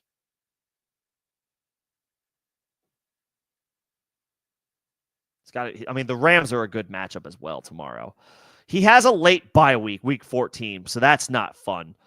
And then for the fantasy playoffs, he has the Cardinals on the road, the Bills on the road, and the Chargers at home. That's a middle of the pack. It's middle of the pack. But Drake May is playing well, and I guess I can't believe this. It's wild that we're here this quickly, but I think I trust Drake May more than who has played, 5 games, than I trust Cooper Rush, who has been in the NFL for a couple seasons, but he's a backup. I trust Drake May. I trust Drake May more than I trust Cooper Rush. So I like Henry over Ferguson for that reason. And Knox is not going to be the regular starter rest of the year. So Henry. So Knox is available on waivers, but does that mean you could start? Oh, you're putting a claim in for Henry. I like Knox the most tomorrow of these guys. So if you need a win tomorrow, Knox. if you are not desperate for a win tomorrow, like obviously we never want to lose, but if you lost, it wouldn't be the end of the world for your season. If you're in good shape for the playoffs still, then Henry. And he's got a perfectly good matchup tomorrow himself against the Rams. Knox just has a better matchup, and the stars are aligning for him. No Kincaid, no Coleman, and maybe no Amari Cooper. You're 7-3. Okay, so you're fine. Even if you lose tomorrow, obviously we never hope for that. But if you fall to 7-4, you're fine. You're still in perfectly good shape. You've already reached the benchmark of wins. Like 7 wins is typically where you would think you need to be in contention for the playoffs, and you already have those 7 wins. You probably only need 1 or 2 more wins over these last 3 or 4 weeks to really lock in your spot.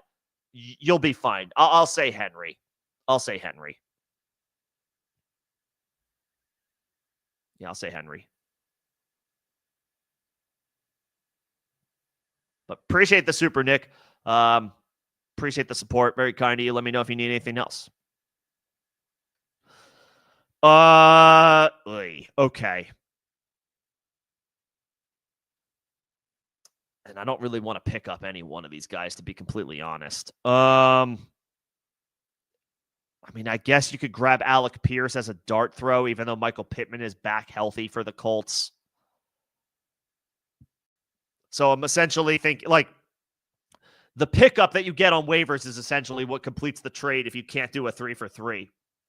So it would be Dobbins, Tillman, and Andrews for, like, say, Justin Jefferson, Braylon Allen, and Alec Pierce.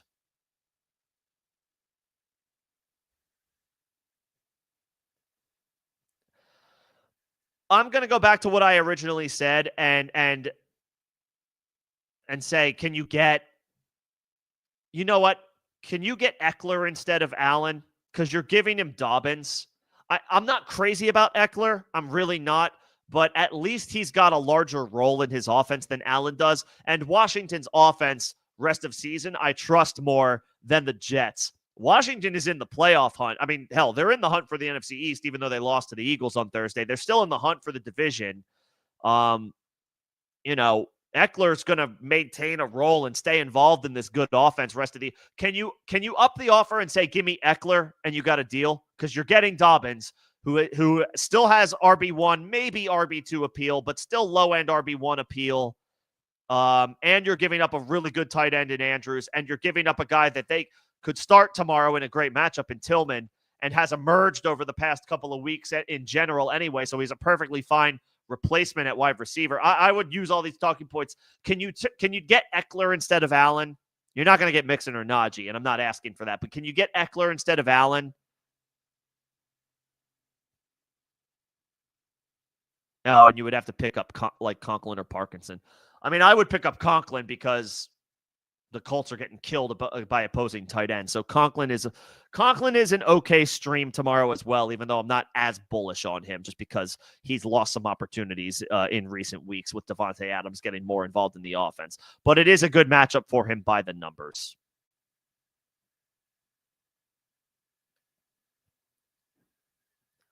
If you can't get a 3-for-3 done, hell, honestly, could you get Engram back in the trade?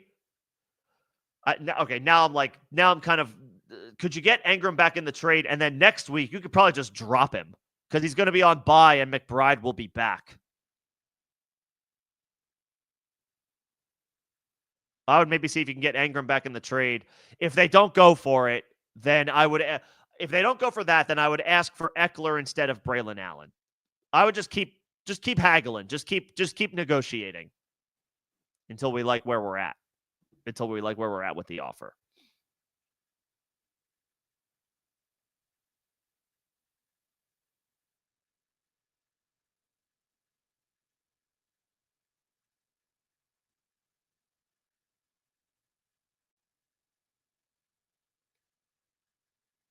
Yep.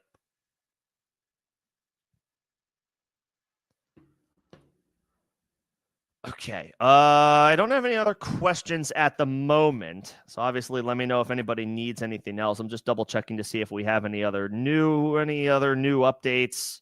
No, nothing new. No new changes to injury statuses or anything like that for any fantasy relevant players ahead of week 11.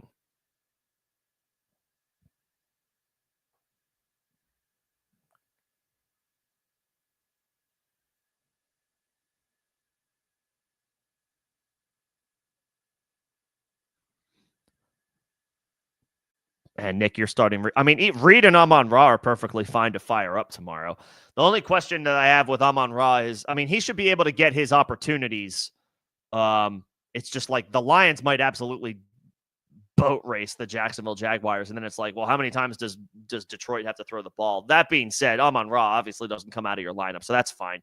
Jayden Reed, it's not a great matchup, but I mean, he can come through. The Packers offense is good. I trust the Packers offense. I believe in Jordan Love. You know, Jayden Reed can come through even in bad matchups. Obviously, we're tempering expectations a little bit because of the bad matchup, but you'll be all right. Devontae Smith did not. None of those wide receivers. Nobody did anything at wide receiver in that game Thursday night. AJ Brown had the best game, and it was what? What do you have, like 5 catches for 65 yards or something like that? 6 for 65. Devontae Smith did nothing. Terry McLaurin did nothing.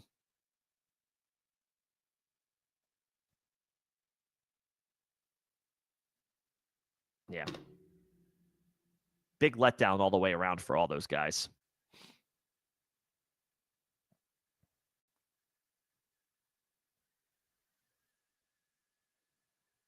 Yep. Love or Goff? I'm not crazy about either one. I'm not crazy about Goff because I just don't know how much volume he's going to get against Jacksonville. They may throw the ball 20 times tomorrow. It is not going to take them much effort to beat Jacksonville, although it is a beautiful matchup. Love, on the other hand, has a tough matchup by the numbers. Chicago is top 8 in the NFL against the pass this year. And they're actually a bottom 3 matchup in general for opposing quarterbacks. So the matchup just isn't very good. The matchup isn't very good all the way around.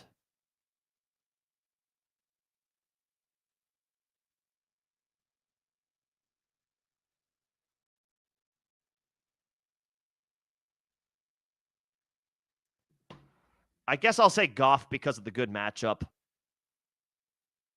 The matchup is favorable. The only question with Goff is volume.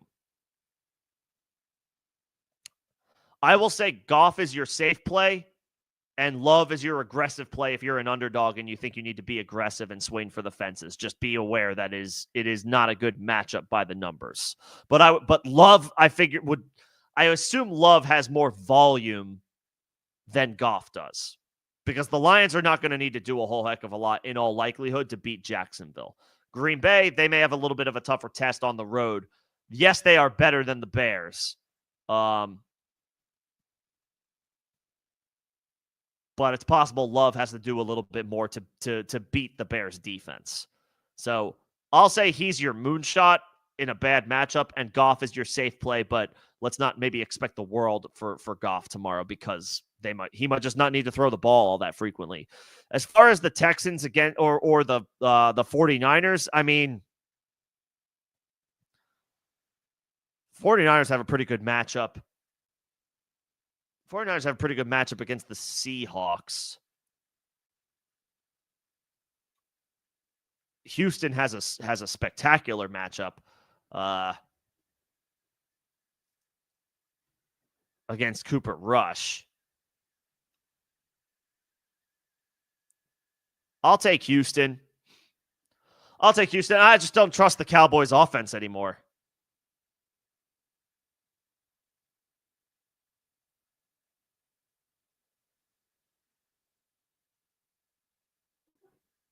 I don't trust the Cowboys offense anymore, so I want to stream any defense I can against the Cowboys offense. So I'll take the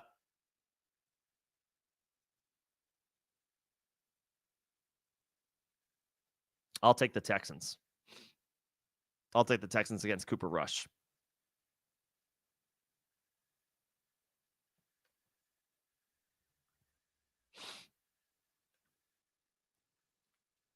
Yep. So Goff, safe play. Love, all or nothing play at quarterback, and I'll play Houston against Cooper Rush. Yep. Let's see. It would have to be Tillman, Dobbins, Andrews for Jefferson and Allen. Okay.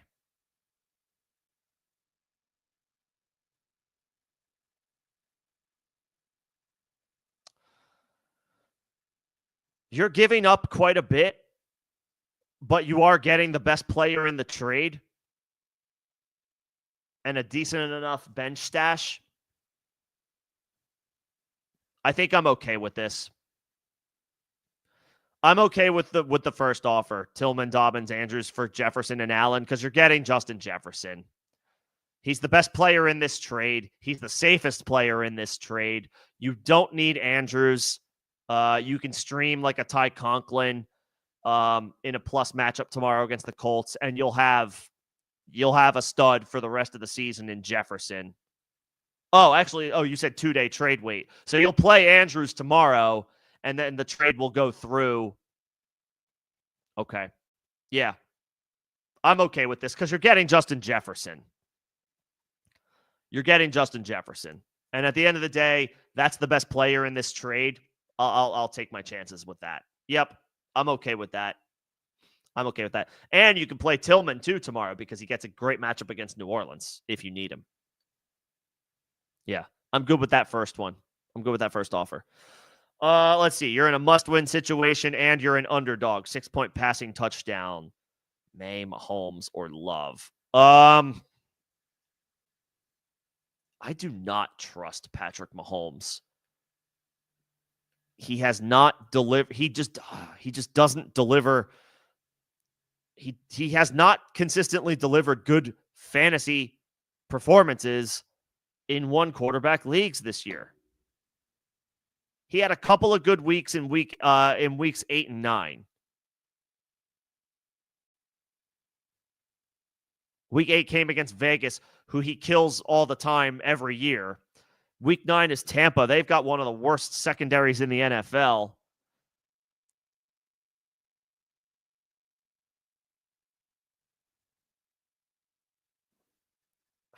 I don't trust Mahomes. Buffalo is like not the best matchup.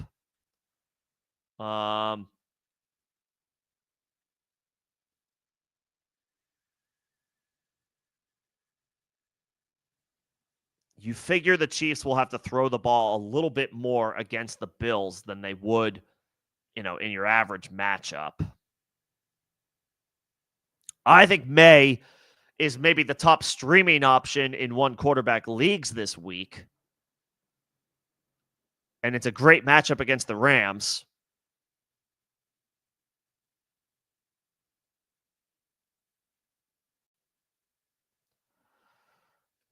I guess I'll say Mahomes. 6-point passing touchdowns.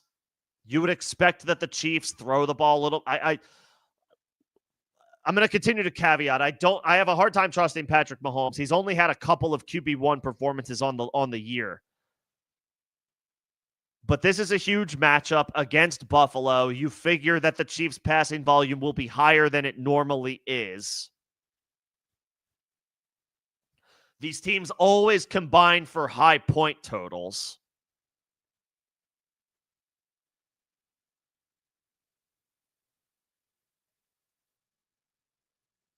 I'll say Mahomes. If it's a must-win spot, play the best quarterback, I guess. Play the best quarterback. Love is in a bad matchup against the Bears on the road. Mahomes is in it's not a great spot by the numbers, but it's not like worst in the league. It's not like the Bills are the, best defense against quarterbacks in the NFL. They're solid, but it's not like a shutdown unit. And you would figure the Chiefs throw the ball a little bit more against Buffalo. And recent history suggests that when these two teams link up, they score lots of points. I'll take Mahomes. I'll take Mahomes in 6-point passing touchdowns scoring. And then Ferguson, Disley, or Jonnu PPR. Jonnu. I don't trust Will Disley. It's a beautiful matchup. It's a beautiful matchup for Disley against Cincinnati. The Bengals stink against everybody. But they have all of their starting wide receivers healthy. Quentin Johnston's healthy. Joshua Palmer's healthy. Ladd McConkey's doing his thing. Hayden Hurst is off the injury report for LA. Ferguson, I just don't trust. I don't trust the Cowboys offense anymore, not with Cooper Rush.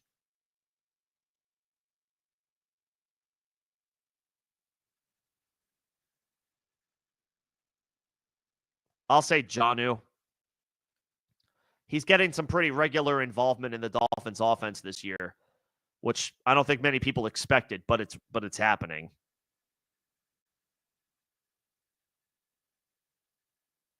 I'll say Jonnu. Yeah, don't trust the Cowboys offense for Ferguson. And with Disley, I just don't know that the volume will be there, even though it's a good matchup. Nick, would I start Dell over Reed? No. I'll take Jaden Reed. I'll take the Packers wide receiver 1. He's the wide receiver 1 for the team most weeks. But with Nico coming back, Houston is playing, let's call a spade a spade. The Cowboys are an inferior opponent at this point for a lot of teams. Houston might not need to do a whole lot to handle their business and win this game, which means that Dell might not see a huge target share. He's the team's wide receiver 2.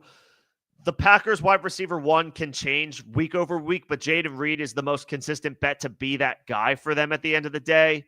So I'll take Reed over Dell. I'll take Reed over Dell. And then Estime versus Warren. Estime. Audric Estime. I don't know that he's going to get any passing opportunities because he really hasn't to this point. They're still giving those opportunities to Jaleel McLaughlin. And Warren picked up a back injury in the middle of the week. He's questionable for the game now. I have a hard time. I can't advocate for Jaylen Warren now. I mean, he's questionable to play. He might get his typical allotment of opportunities, but he's harder to trust now. He picked up a back injury on Thursday.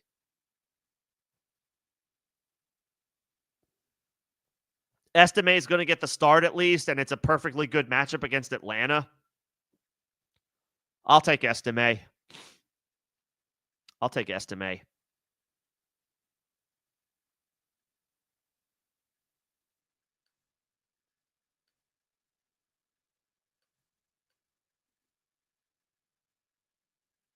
Yeah, hard to trust Warren after he went on the after he was added to the injury report.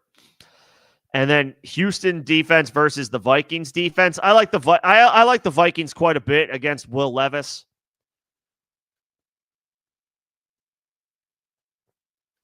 I'll take the Vikings against Will Levis. They've been so rock solid this year. The Vikings have.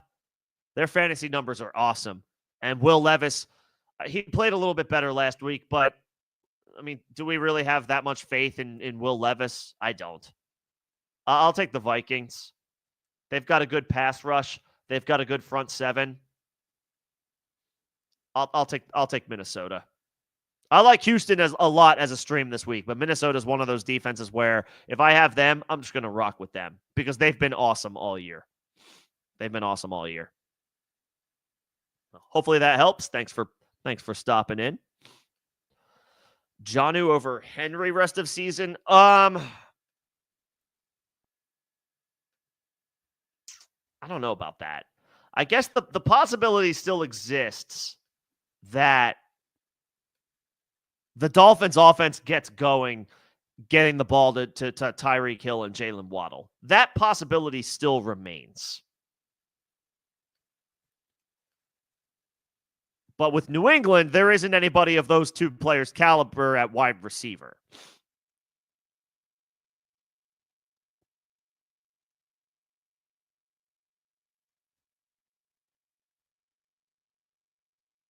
Now, Jonnu will get potentially better quarterback play from Tua than Henry will get from Drake May on a week-to-week basis just because May has looked good, but he's still a rookie.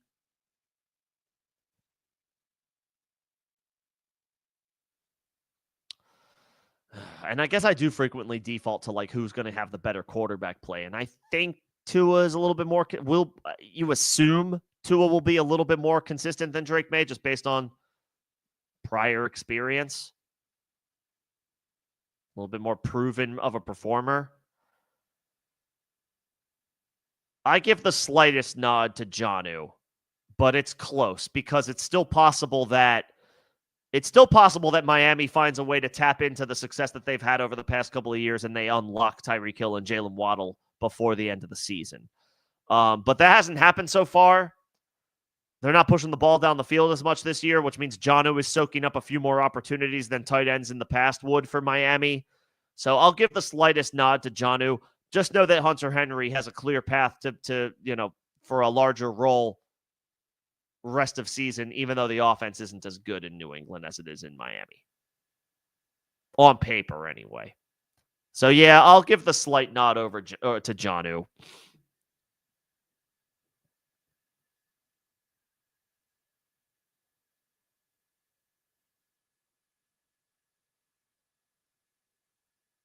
Yeah, I'll give the slight nod to Jonnu.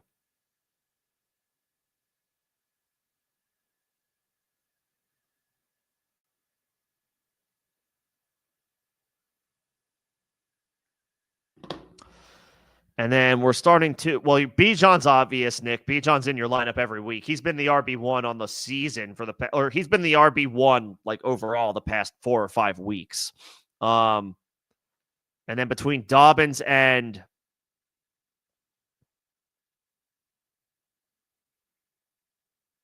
let's see. Between Pollard and Dobbins, Pollard gets the Vikings. That's not a great matchup. Dobbins gets the Bengals. That is a good matchup.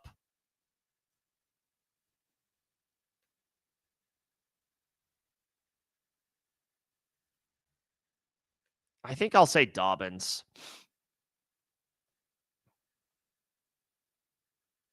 I still expect him to lead that team's backfield. I still expect him to lead the Chargers' backfield in snaps and opportunities because he's been consistently good all season long. And it's a great matchup against Cincinnati. I'll say Bijan and Dobbins. I like Pollard. He's getting bell cow opportunities, but it's a tougher matchup against the Vikings.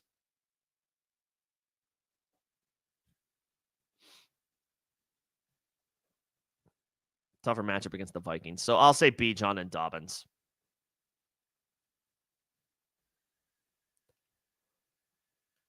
And you've got 2 defenses. I mean, as long as you're not hurting somewhere, yeah, it's dicey to roster 2 defenses. It is. But as long as you're not hurting anywhere specific and you're just getting ready for the playoffs, it's fine to roster 2. And you're playing matchups. That's perfectly fine. That's normal. That's a normal strategy. Yeah.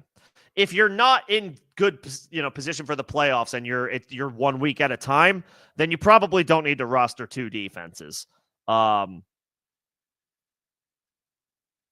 if you're in good shape for the playoffs, then it's fine to start shaping your roster, molding your bench to prepare for different matchups in the playoffs. So that's totally fine.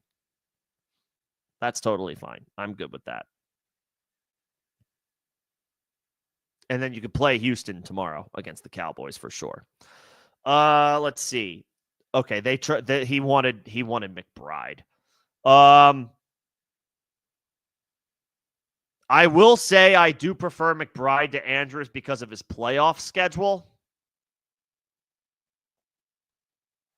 And I'd rather have Jefferson than AJ Brown. Not that, I mean, we're splitting hairs a little bit. Obviously, we expect both of those guys to be studs for the rest of the season. But, anybody's going to say, any rankings that you see for the season or moving forward, you're not going to put AJ Brown ahead of Justin Jefferson. They're close. But Justin Jefferson, that's the guy I would prefer to be trying to get. Can you do Tillman and McBride for Jefferson? I would try Tillman and McBride for Jefferson. If he wants McBride, ask for Jefferson. If he wants McBride, ask for Jefferson. You're giving up what I think is the better tight end, so get the best wide receiver. Don't go from sending Andrews to McBride and going from receiving Jefferson to A.J. Brown. Respectfully to A.J. Brown, if you're going to trade McBride, who I would prefer to have for the fantasy playoffs, and keep Mark Andrews, then get Jefferson. That's another. Okay. Okay. Then can you send it the same offer to the same guy, Tillman and McBride for Jefferson? I would try to do that if you can. Because I don't want. I mean, A.J. Brown's a baller, but I'd rather do Tillman and McBride for Jefferson if that's on the table. Let's see. You need one running back, one wide receiver, and one flex between Chubb, ETN, Dowdle, Brian Thomas, and JSN. We need to start one wide receiver here. We have to start one of these two guys. I have a hard time having any faith in Brian Thomas. Brian Thomas is such a baller, but Mac Jones stinks. Smith and Jigba, on the other hand, goes back to being, I don't know, I guess a depth guy because DK Metcalf is back. But you would expect Seattle to be throwing the ball against San Francisco tomorrow on the road. I think I prefer Smith and Jigba as your wide receiver. He is running ahead of Tyler Lockett when all three of Seattle's wide receivers are healthy. So you figure Smith and Jigba is a starter for that team, even when DK Metcalf is in the lineup, which he will be tomorrow after missing a couple of games. But Seattle should have to throw. I'll take Smith and Jigba as your wide receiver. And then it's between Chubb, ETN, and Dowdle. We're starting two of those guys.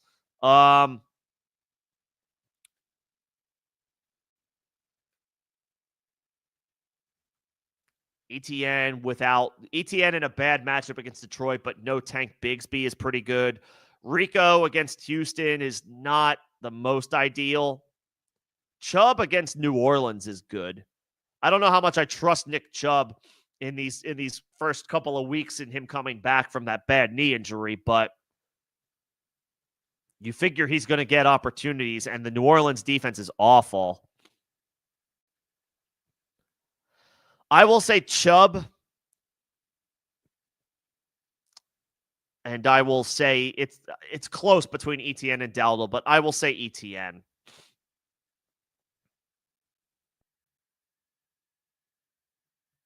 I want to play Dowdle. I just don't trust the Cowboys offense right now. I guess I don't trust the Jags offense either. Damn.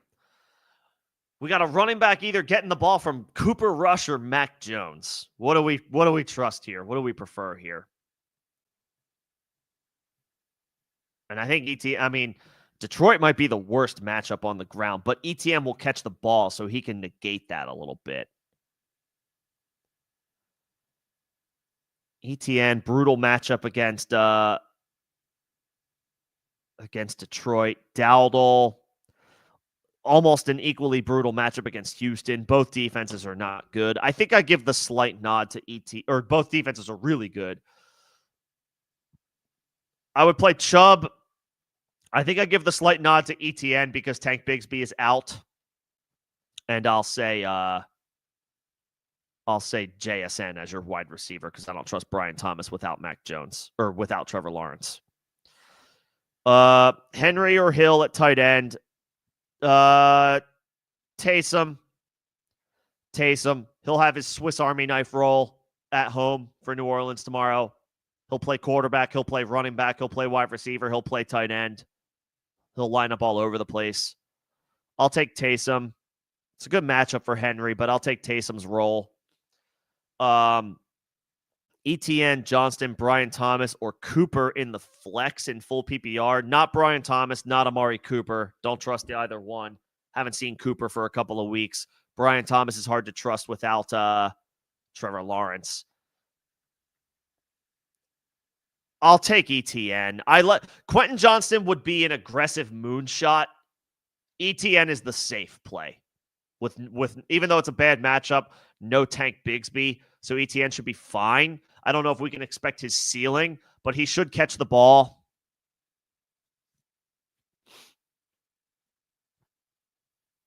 I'll take ETN.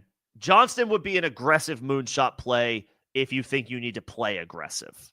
Like if you're a big underdog and you need to swing for a 40-yard touchdown, that's Johnston, not ETN. But if you need the safe play, then ETN. Hill at tight end for sure. Not Brian Thomas, not Cooper. Quentin Johnston or Ramondre Stevenson in full PPR. Similar answer as I just gave. Johnston would be that moonshot. Ramondre, on the other hand, is probably the safer play, and he catches the ball, and it's full PPR. I'll say Ramondre. It's a good matchup against the Rams. They're at home. I'll say Ramondre. Is this an extension of the same, like you need two? If you need two from this group, then my answer is the first two names, I think. I would take Quentin Johnston over Pearsall. I like Pearsall, good football player. It's not a guarantee that he can replicate what he did last week, though, with Debo in the lineup, Kittle in the lineup, McCaffrey in the lineup, Jennings in the lineup. And I don't trust Downs with Anthony Richardson back in the lineup. Give me Quentin Johnston. Give me Ramondre Stevenson. In full PPR, I'll take those first two names. Quentin against the Bengals? Yup. Ramondre against the Rams at home? Yup. I like both of those guys. I'll play those first two names. Okay, so you would keep Dobbins and you would trade McBride and Tillman for A.J. Brown, and you would still have Andrews. What is Baltimore's fantasy playoff schedule? I guess more specifically, what is Andrews' fantasy playoff schedule? I feel like it's like less than ideal. Yeah. He has a week 14 bye, then on the road against the Giants, at home against Pittsburgh, and on the road against Houston. It's not great. At least Andrews has been really good recently. So you can kind of continue to feel good about him. And so you would be upgrading going from Tillman to A.J. Brown. Yeah, okay. Because we can still roll the dice on Andrews as a tight end one, even in bad matchups, because of how bad the tight end landscape generally is. So even in bad matchups, you can continue to fire Andrews up, and you would be upgrading from Tillman to A.J. Brown. Yeah, I'm good. I'm good with that. I'm now that I thought about it, I'm good with that trade.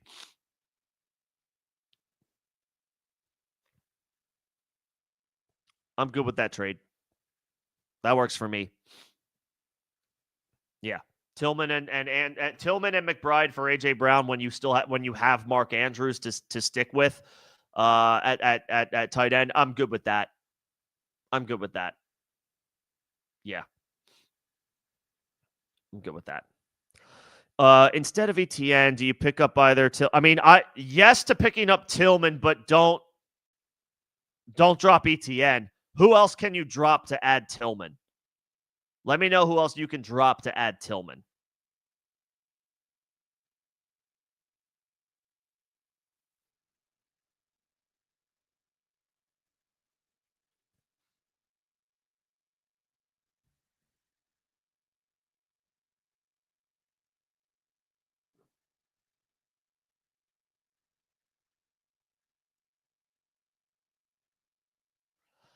Jordan Mason or Deontay, so keep Mason since you have McCaffrey. Drop Deontay Johnson. Pick up Cedric Tillman. Do that now. Do that now. I would do that now. I would drop Deontay for Tillman. I would do that right now.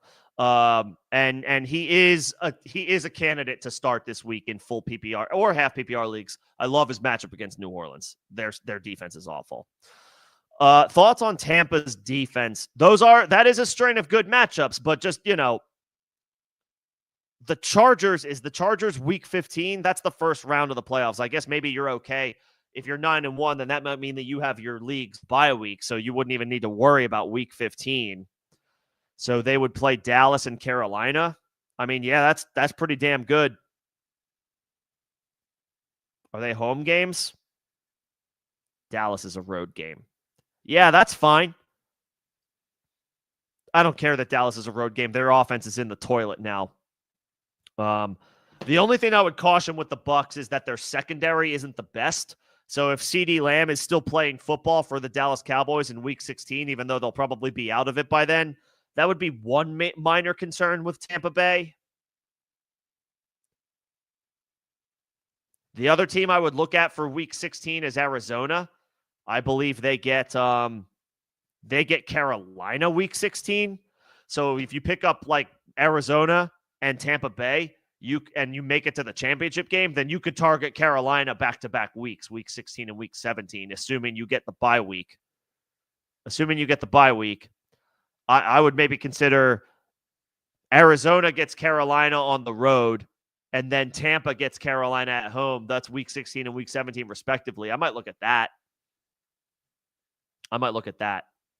The one issue with Tampa is their secondary isn't the best. And if Week 16 CeeDee Lamb is playing football, that does cause a little bit of concern for me, even though Cooper Rush isn't good. And yes, it would be okay to have Tillman and Chubb both in the lineup because New Orleans defense is awful. The Saints defense is, you want to target the Saints defense. So yeah, that's fine. I'm fine with that. Oh, and you did make this trade. Okay. Yeah, I'm good with it. Nico for Amon-Ra is a stud for stud swap, and Taylor's schedule. Taylor's the better running back at this stage of their careers, but Taylor's schedule is not good, and the Colts offense is difficult to trust right now. James Conner's playoff schedule is spectacular, so I like that move for you. I would probably play. If you have to choose between Chubb and Dowdle for this week, I guess I'll take Chubb because, again, they're playing the Saints. I don't know if Chubb's going to come through with more than 10 points for you, but the Saints defense is awful. So I'll take Chubb. I'll take Chubb over Dowdle.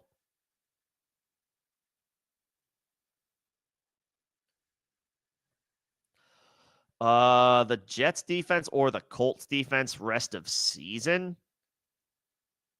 Not the Colts. They can't stop. They're bottom 5 against the run and the pass. Their defense stinks. So I guess by nature of the beast, by virtue of my answer is the Jets. Although their run defense is really bad, so I don't know how much I trust them. Not sure how much I trust the Jets, but I trust them more than the Colts. The Colts defense is not good.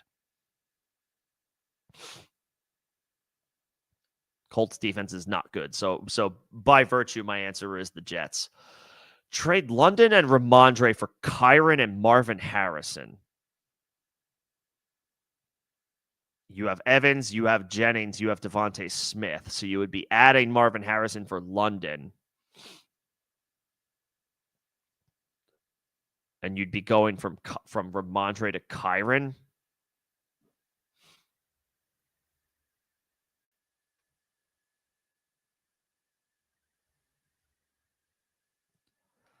It would be a downgrade going from London. I like London and I like Atlanta's and Arizona's playoff schedule, fantasy playoff schedule. So I guess it would be for me a downgrade going from London to Marvin Harrison, but it would be an upgrade going from Kyren to Ramondre by a solid amount. Yeah, I'm okay with this. If you feel good about it, I'm okay with this. If you are acquiring Kyren and Marvin Harrison, if you're acquiring London and Ramondre, then I'm not as bullish on it. If you're the one who's acquiring Kyren and Marvin Harrison, I'm okay with that. Because I think the gap between Kyren and Ramondre is greater than the gap between London and Marvin Harrison. So if you're acquiring the Kyren side, I'm okay with this. Yeah.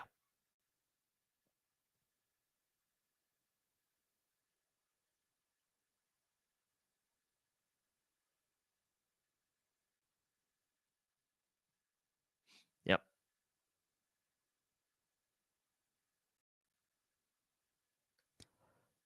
This looks good. I would try to trade Andrews because you have Kelsey. Maybe try to get one more Try to get one more depth running back or depth wide receiver to set yourself up for the playoffs. You don't need 2 tight ends. The last thing I would try to do is trade Andrews for anything you can get as far as running back or wide receiver depth. Swift, Connor, Dowdle, Chubb versus Puka, Amon-Ra, Tyreek, Sutton. I would try to get one more running back. I would try to get I would try to trade Andrews for a depth running back. So go check your league, see who might need a tight end, see who has an extra running back or 2, and start the conversation there. That's what I would do. Go around your league, see who needs a tight end, see who also subsequently has a little bit of running back depth, and start a conversation. That's the last move I would make, but then I think you're in good shape setting your lineup for the playoffs. Oh, 49ers or Jets? The 49ers, I mean, you expect San Francisco. They're getting healthy now. They're rounding into form. They're getting ready for their stretch run, for the playoff run. They have a top half. They're in the top half of the league, both against the run and against the pass. The Jets are good against the pass, but they're awful against the run. So they have holes in their defense more so than the 49ers do. I'll take San Francisco. The Jets' secondary is solid. Their run defense is awful. Taysom or Disley? I'll take Taysom. I mean, he's going to get his typical Swiss Army knife roll. He's off the injury report, right? I'm pretty sure. I mean, and again, the Saints need him because they're out everybody. With Disley, the Chargers are healthy. All their wide receivers are healthy. Quentin Johnston is healthy. Joshua Palmer's healthy. Ladd McConkey's doing his thing. And Hayden Hurst is off the injury report for whatever that's worth.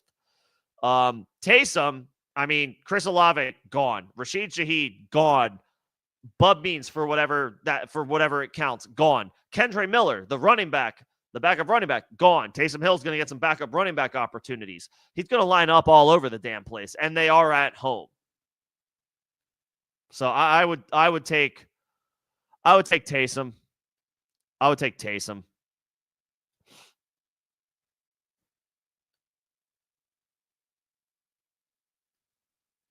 Yeah. Disley's in a great matchup. Don't get it. The Bengals are awful. The Bengals defense stinks, and they are bad against tight ends in particular. So it's a great matchup for Disley. I just don't know if I'm chasing, 5 catches for 30 yards. I can roll the dice on any tight end and get that. And that's what we got from him last week, right? It's a beautiful matchup against Cincinnati. He has one tight end 1 week this year, does Disley. He's been outside the top 25 every other week other than week 2. Week 2, he was the tight end 18 on the week. He had 3 catches for 29 yards. Whoop-de-doo. Yeah, I'll take Taysom. I feel like he's just more like he's got a larger role. He's more proven. It's not as good of a matchup, but I don't trust Disley.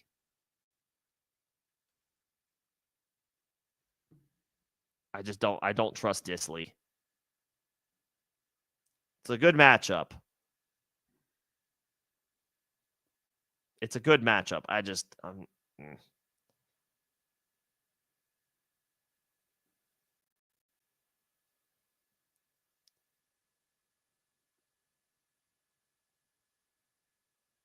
Yeah. Taysom, he's only played 4 games dating back to week 4, Taysom. He missed weeks 5, 6, and 7, but 2 of his past 4 games, he finished as a top 6 tight end. So I'll roll those dice. He'll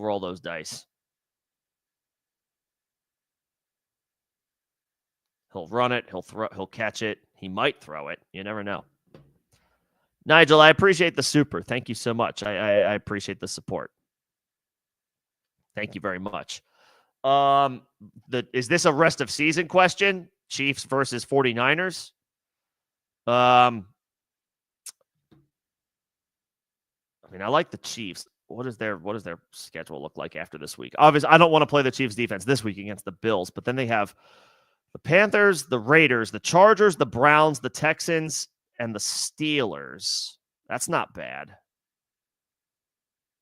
It's not great, but it's not awful. The 49ers have Seattle, Green Bay, and Buffalo on the road. Don't love that. But from weeks 14 to 17, they have the Bears, the Rams, the Dolphins, and the Lions.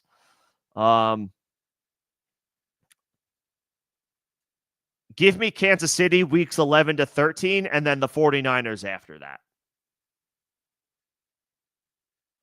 So San Francisco this week, Kansas City weeks 11 to 13, and then give me San Francisco weeks 14 to 16, and then week 17, we'll figure it out if we make it that far, because Kansas City's on the road against Pittsburgh, which isn't great, but also San Francisco they have a home game week 17, which is good, but it's against Detroit. So, we'll call that shot when we get to the championship week. For now, I'll say San Francisco tomorrow, Kansas City the next 3 weeks after that, and then the 49ers week 14 to 16. And then we'll go from there.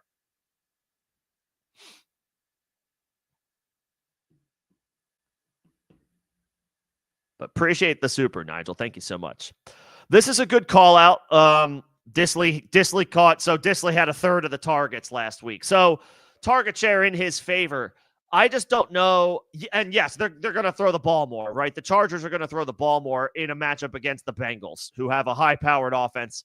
Last week's opponent, the Titans, do not.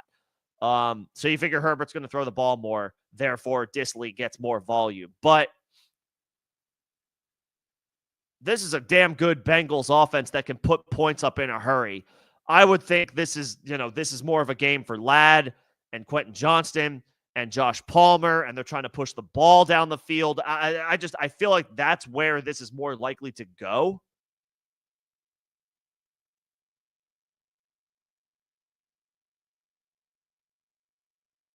And so that's why I'm a little bit more concerned about Disley. He had good usage last week, and he's had decent usage the past couple of weeks, but he only has one tight end performance on the year. He got 11 targets week 7 against Arizona. He caught 8 of them for 81 yards. Great week. Awesome week. He was the tight end 18 week 2. He had 3 catches for 29 yards, and he's been outside the top 20 tight ends every other week this year. We just don't have. Now, Taysom has only played like 5 or 6 games, but 2 of the past 4 games that he has played, he was a top 6 tight end. He was a top 6 tight end.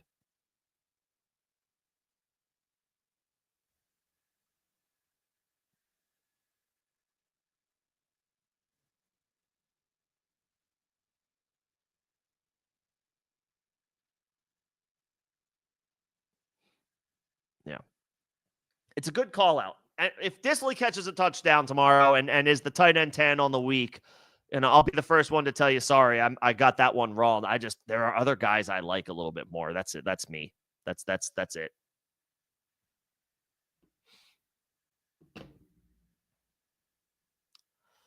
And Nigel, would I pick up MVS for Benson? Did you just traded for Connor, right? No.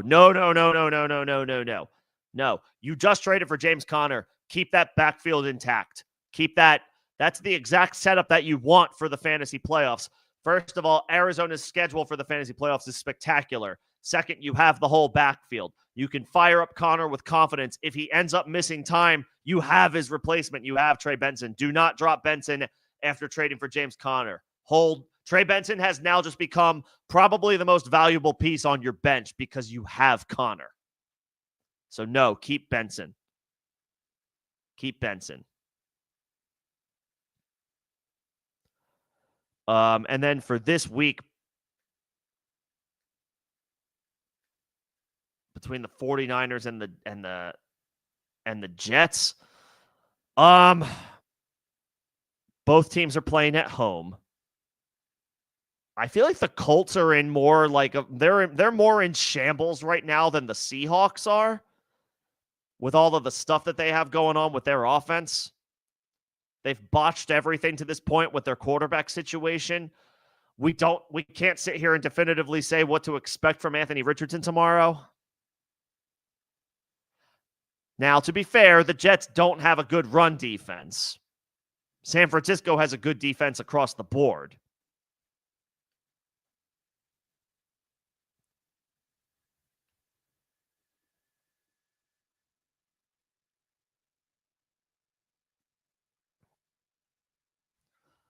I'll say San Francisco. Let me highlight the question. I will say San Francisco is a safe play, even though Seattle does get DK Metcalf back this week after a couple of games missed due to injury, and Geno is playing decently well this year. I will say San Francisco is a safe play, and the Jets are maybe more boom bust. The Jets could go nuts against Anthony Richardson tomorrow, or maybe their run defense is their Achilles heel, and maybe they run the RPO game to perfection with Richardson and Taylor, and they're struggling. The Jets are.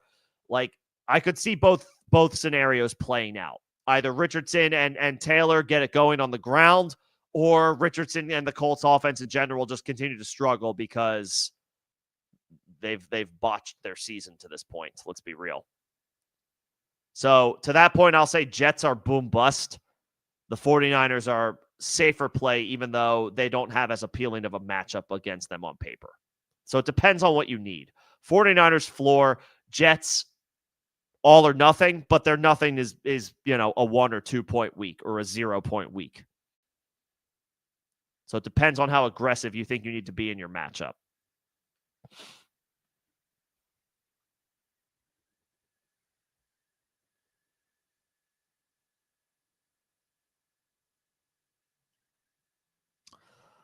All right. I think I'm at the end of the chat.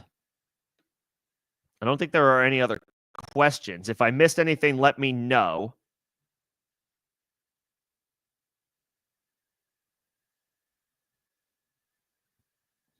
If there are any last-minute thoughts. One more time, I will be live tomorrow. Tomorrow's stream will be available to everybody to view, but it will be a members-only chat that is available. You will have to be a member of the channel to be able to engage with Sunday morning streams, not just tomorrow, but all Sundays for the rest of the season.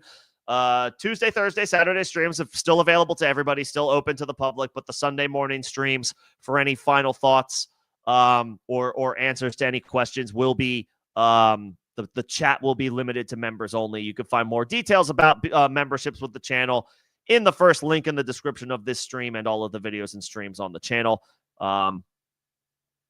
I'm happy to, but I'm happy, of course, to keep the Tuesday, Thursday, Saturday streams will obviously remain open for anybody who needs it.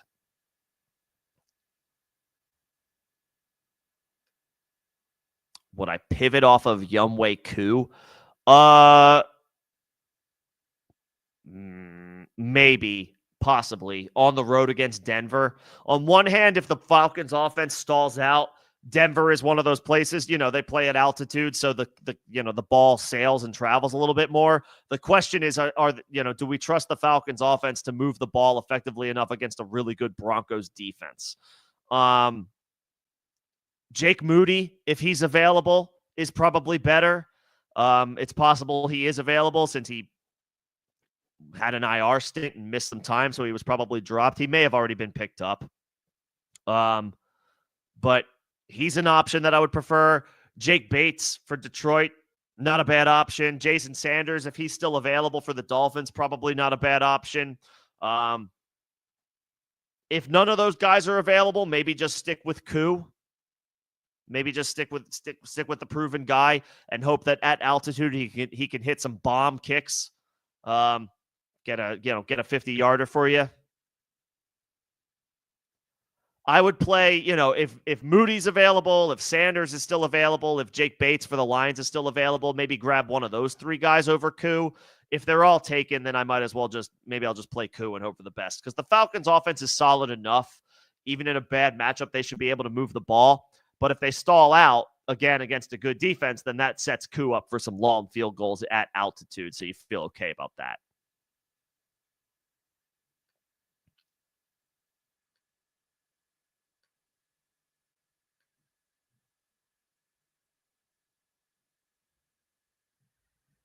Feel okay about that. I like Sanders tomorrow. I like Moody tomorrow if he's still available, and then Jake Bates. I just think that I just feel like the Lions are going to pour it on tomorrow against Jacksonville.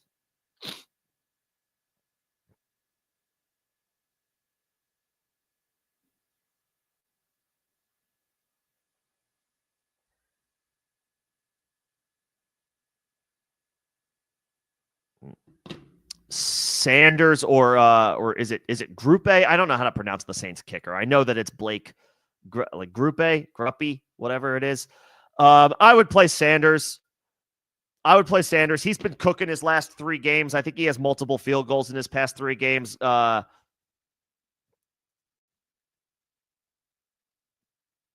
Saints kicker has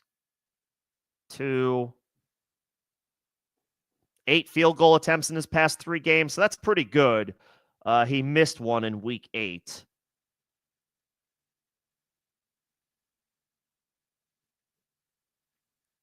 Two field goals last week, 2 extra points. That wasn't a favorable matchup against the Falcons, though. Sanders has a better matchup by the numbers. The Raiders give up a lot of points to opposing kickers, and they're at home. Sanders has the same number of field goal opportunities in the past 3 weeks, 8. He's converted all of them. Any weather concerns in Miami tomorrow? Let's take a look. Sunday, 0% chance of precipitation. 12-mile-per-hour winds is a little bit of a concern, whereas obviously the Saints will be playing in a dome, so no element concerns for their kicker. Let's see if we can get more specific wind gust details at kickoff.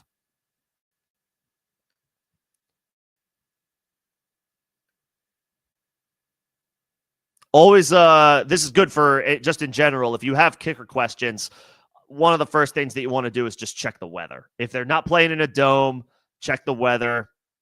Okay, Miami is dealing with some 12 to 13 mile per hour wind tomorrow at kickoff. That's a little dicey. That's a little dicey.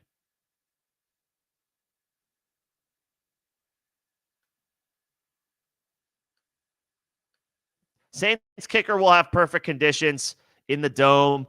Sanders, I do like in a vacuum a little bit more. He's been a little bit better, although the wind is a little bit of a concern in Miami. And it's a much better matchup. The Raiders give up a lot of points to opposing kickers. And as of right now, there's no rain concerns or precipitation concerns in Miami. So let's obviously keep an eye on that. I think I ultimately say Sanders right now.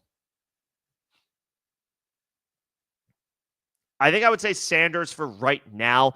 But if for whatever reason the weather gets worse between now and kickoff, then switch to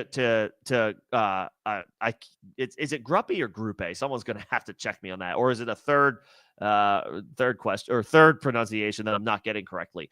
I would pivot to the Saints kicker if the weather for whatever reason in Miami gets worse between now and kickoff, or if at least the projection is worse between now and kickoff. But for now, I think I would play Sanders. The Raiders give up a lot of points to opposing kickers, and Sanders has been hot for the past month. He's kicking the ball well. So maybe 10, 12 mile per hour winds aren't maybe they don't phase him. Maybe they're not as big of a deal. But if it's like a rain wind combo, which is totally possible in Miami, then I'm a little less, in on Sanders. You do the same. Hell yeah. That's a seasoned vet right there. That's how you know you've been doing this for more than a minute when you're checking the wind with your kickers. That's a veteran. That's a veteran move to be going on weather.com in the mornings. That's a veteran move. That's That's how you know you've been playing for a bit. That's you pick up, you just like pick up on these things. Not everybody's doing that. This is how we play chess and everybody else plays checkers. Yeah, I've played that game before as well. Just playing defense, blocking people from good options. I like it. And Nigel, appreciate the kind words. Thank you again for the super.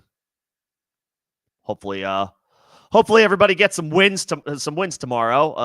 Obviously, we're at a critical juncture of the fantasy season. We're pretty much at the make or break point with a couple more weeks before the playoffs. So obviously, hopefully everybody gets some dubs tomorrow. Douglas or Adunze? Douglas. I just don't trust I just don't trust the Bears. It's a good matchup for the Bears. The Packers secondary is gettable. They're not, worst in the league. They're middle of the pack. It's a gettable matchup for opposing wide receivers. I just don't trust the Bears offense right now. Drake May is playing better than Caleb Williams. I'll take Douglas. I don't love any options on the Bears right now. I guess outside of DeAndre Swift.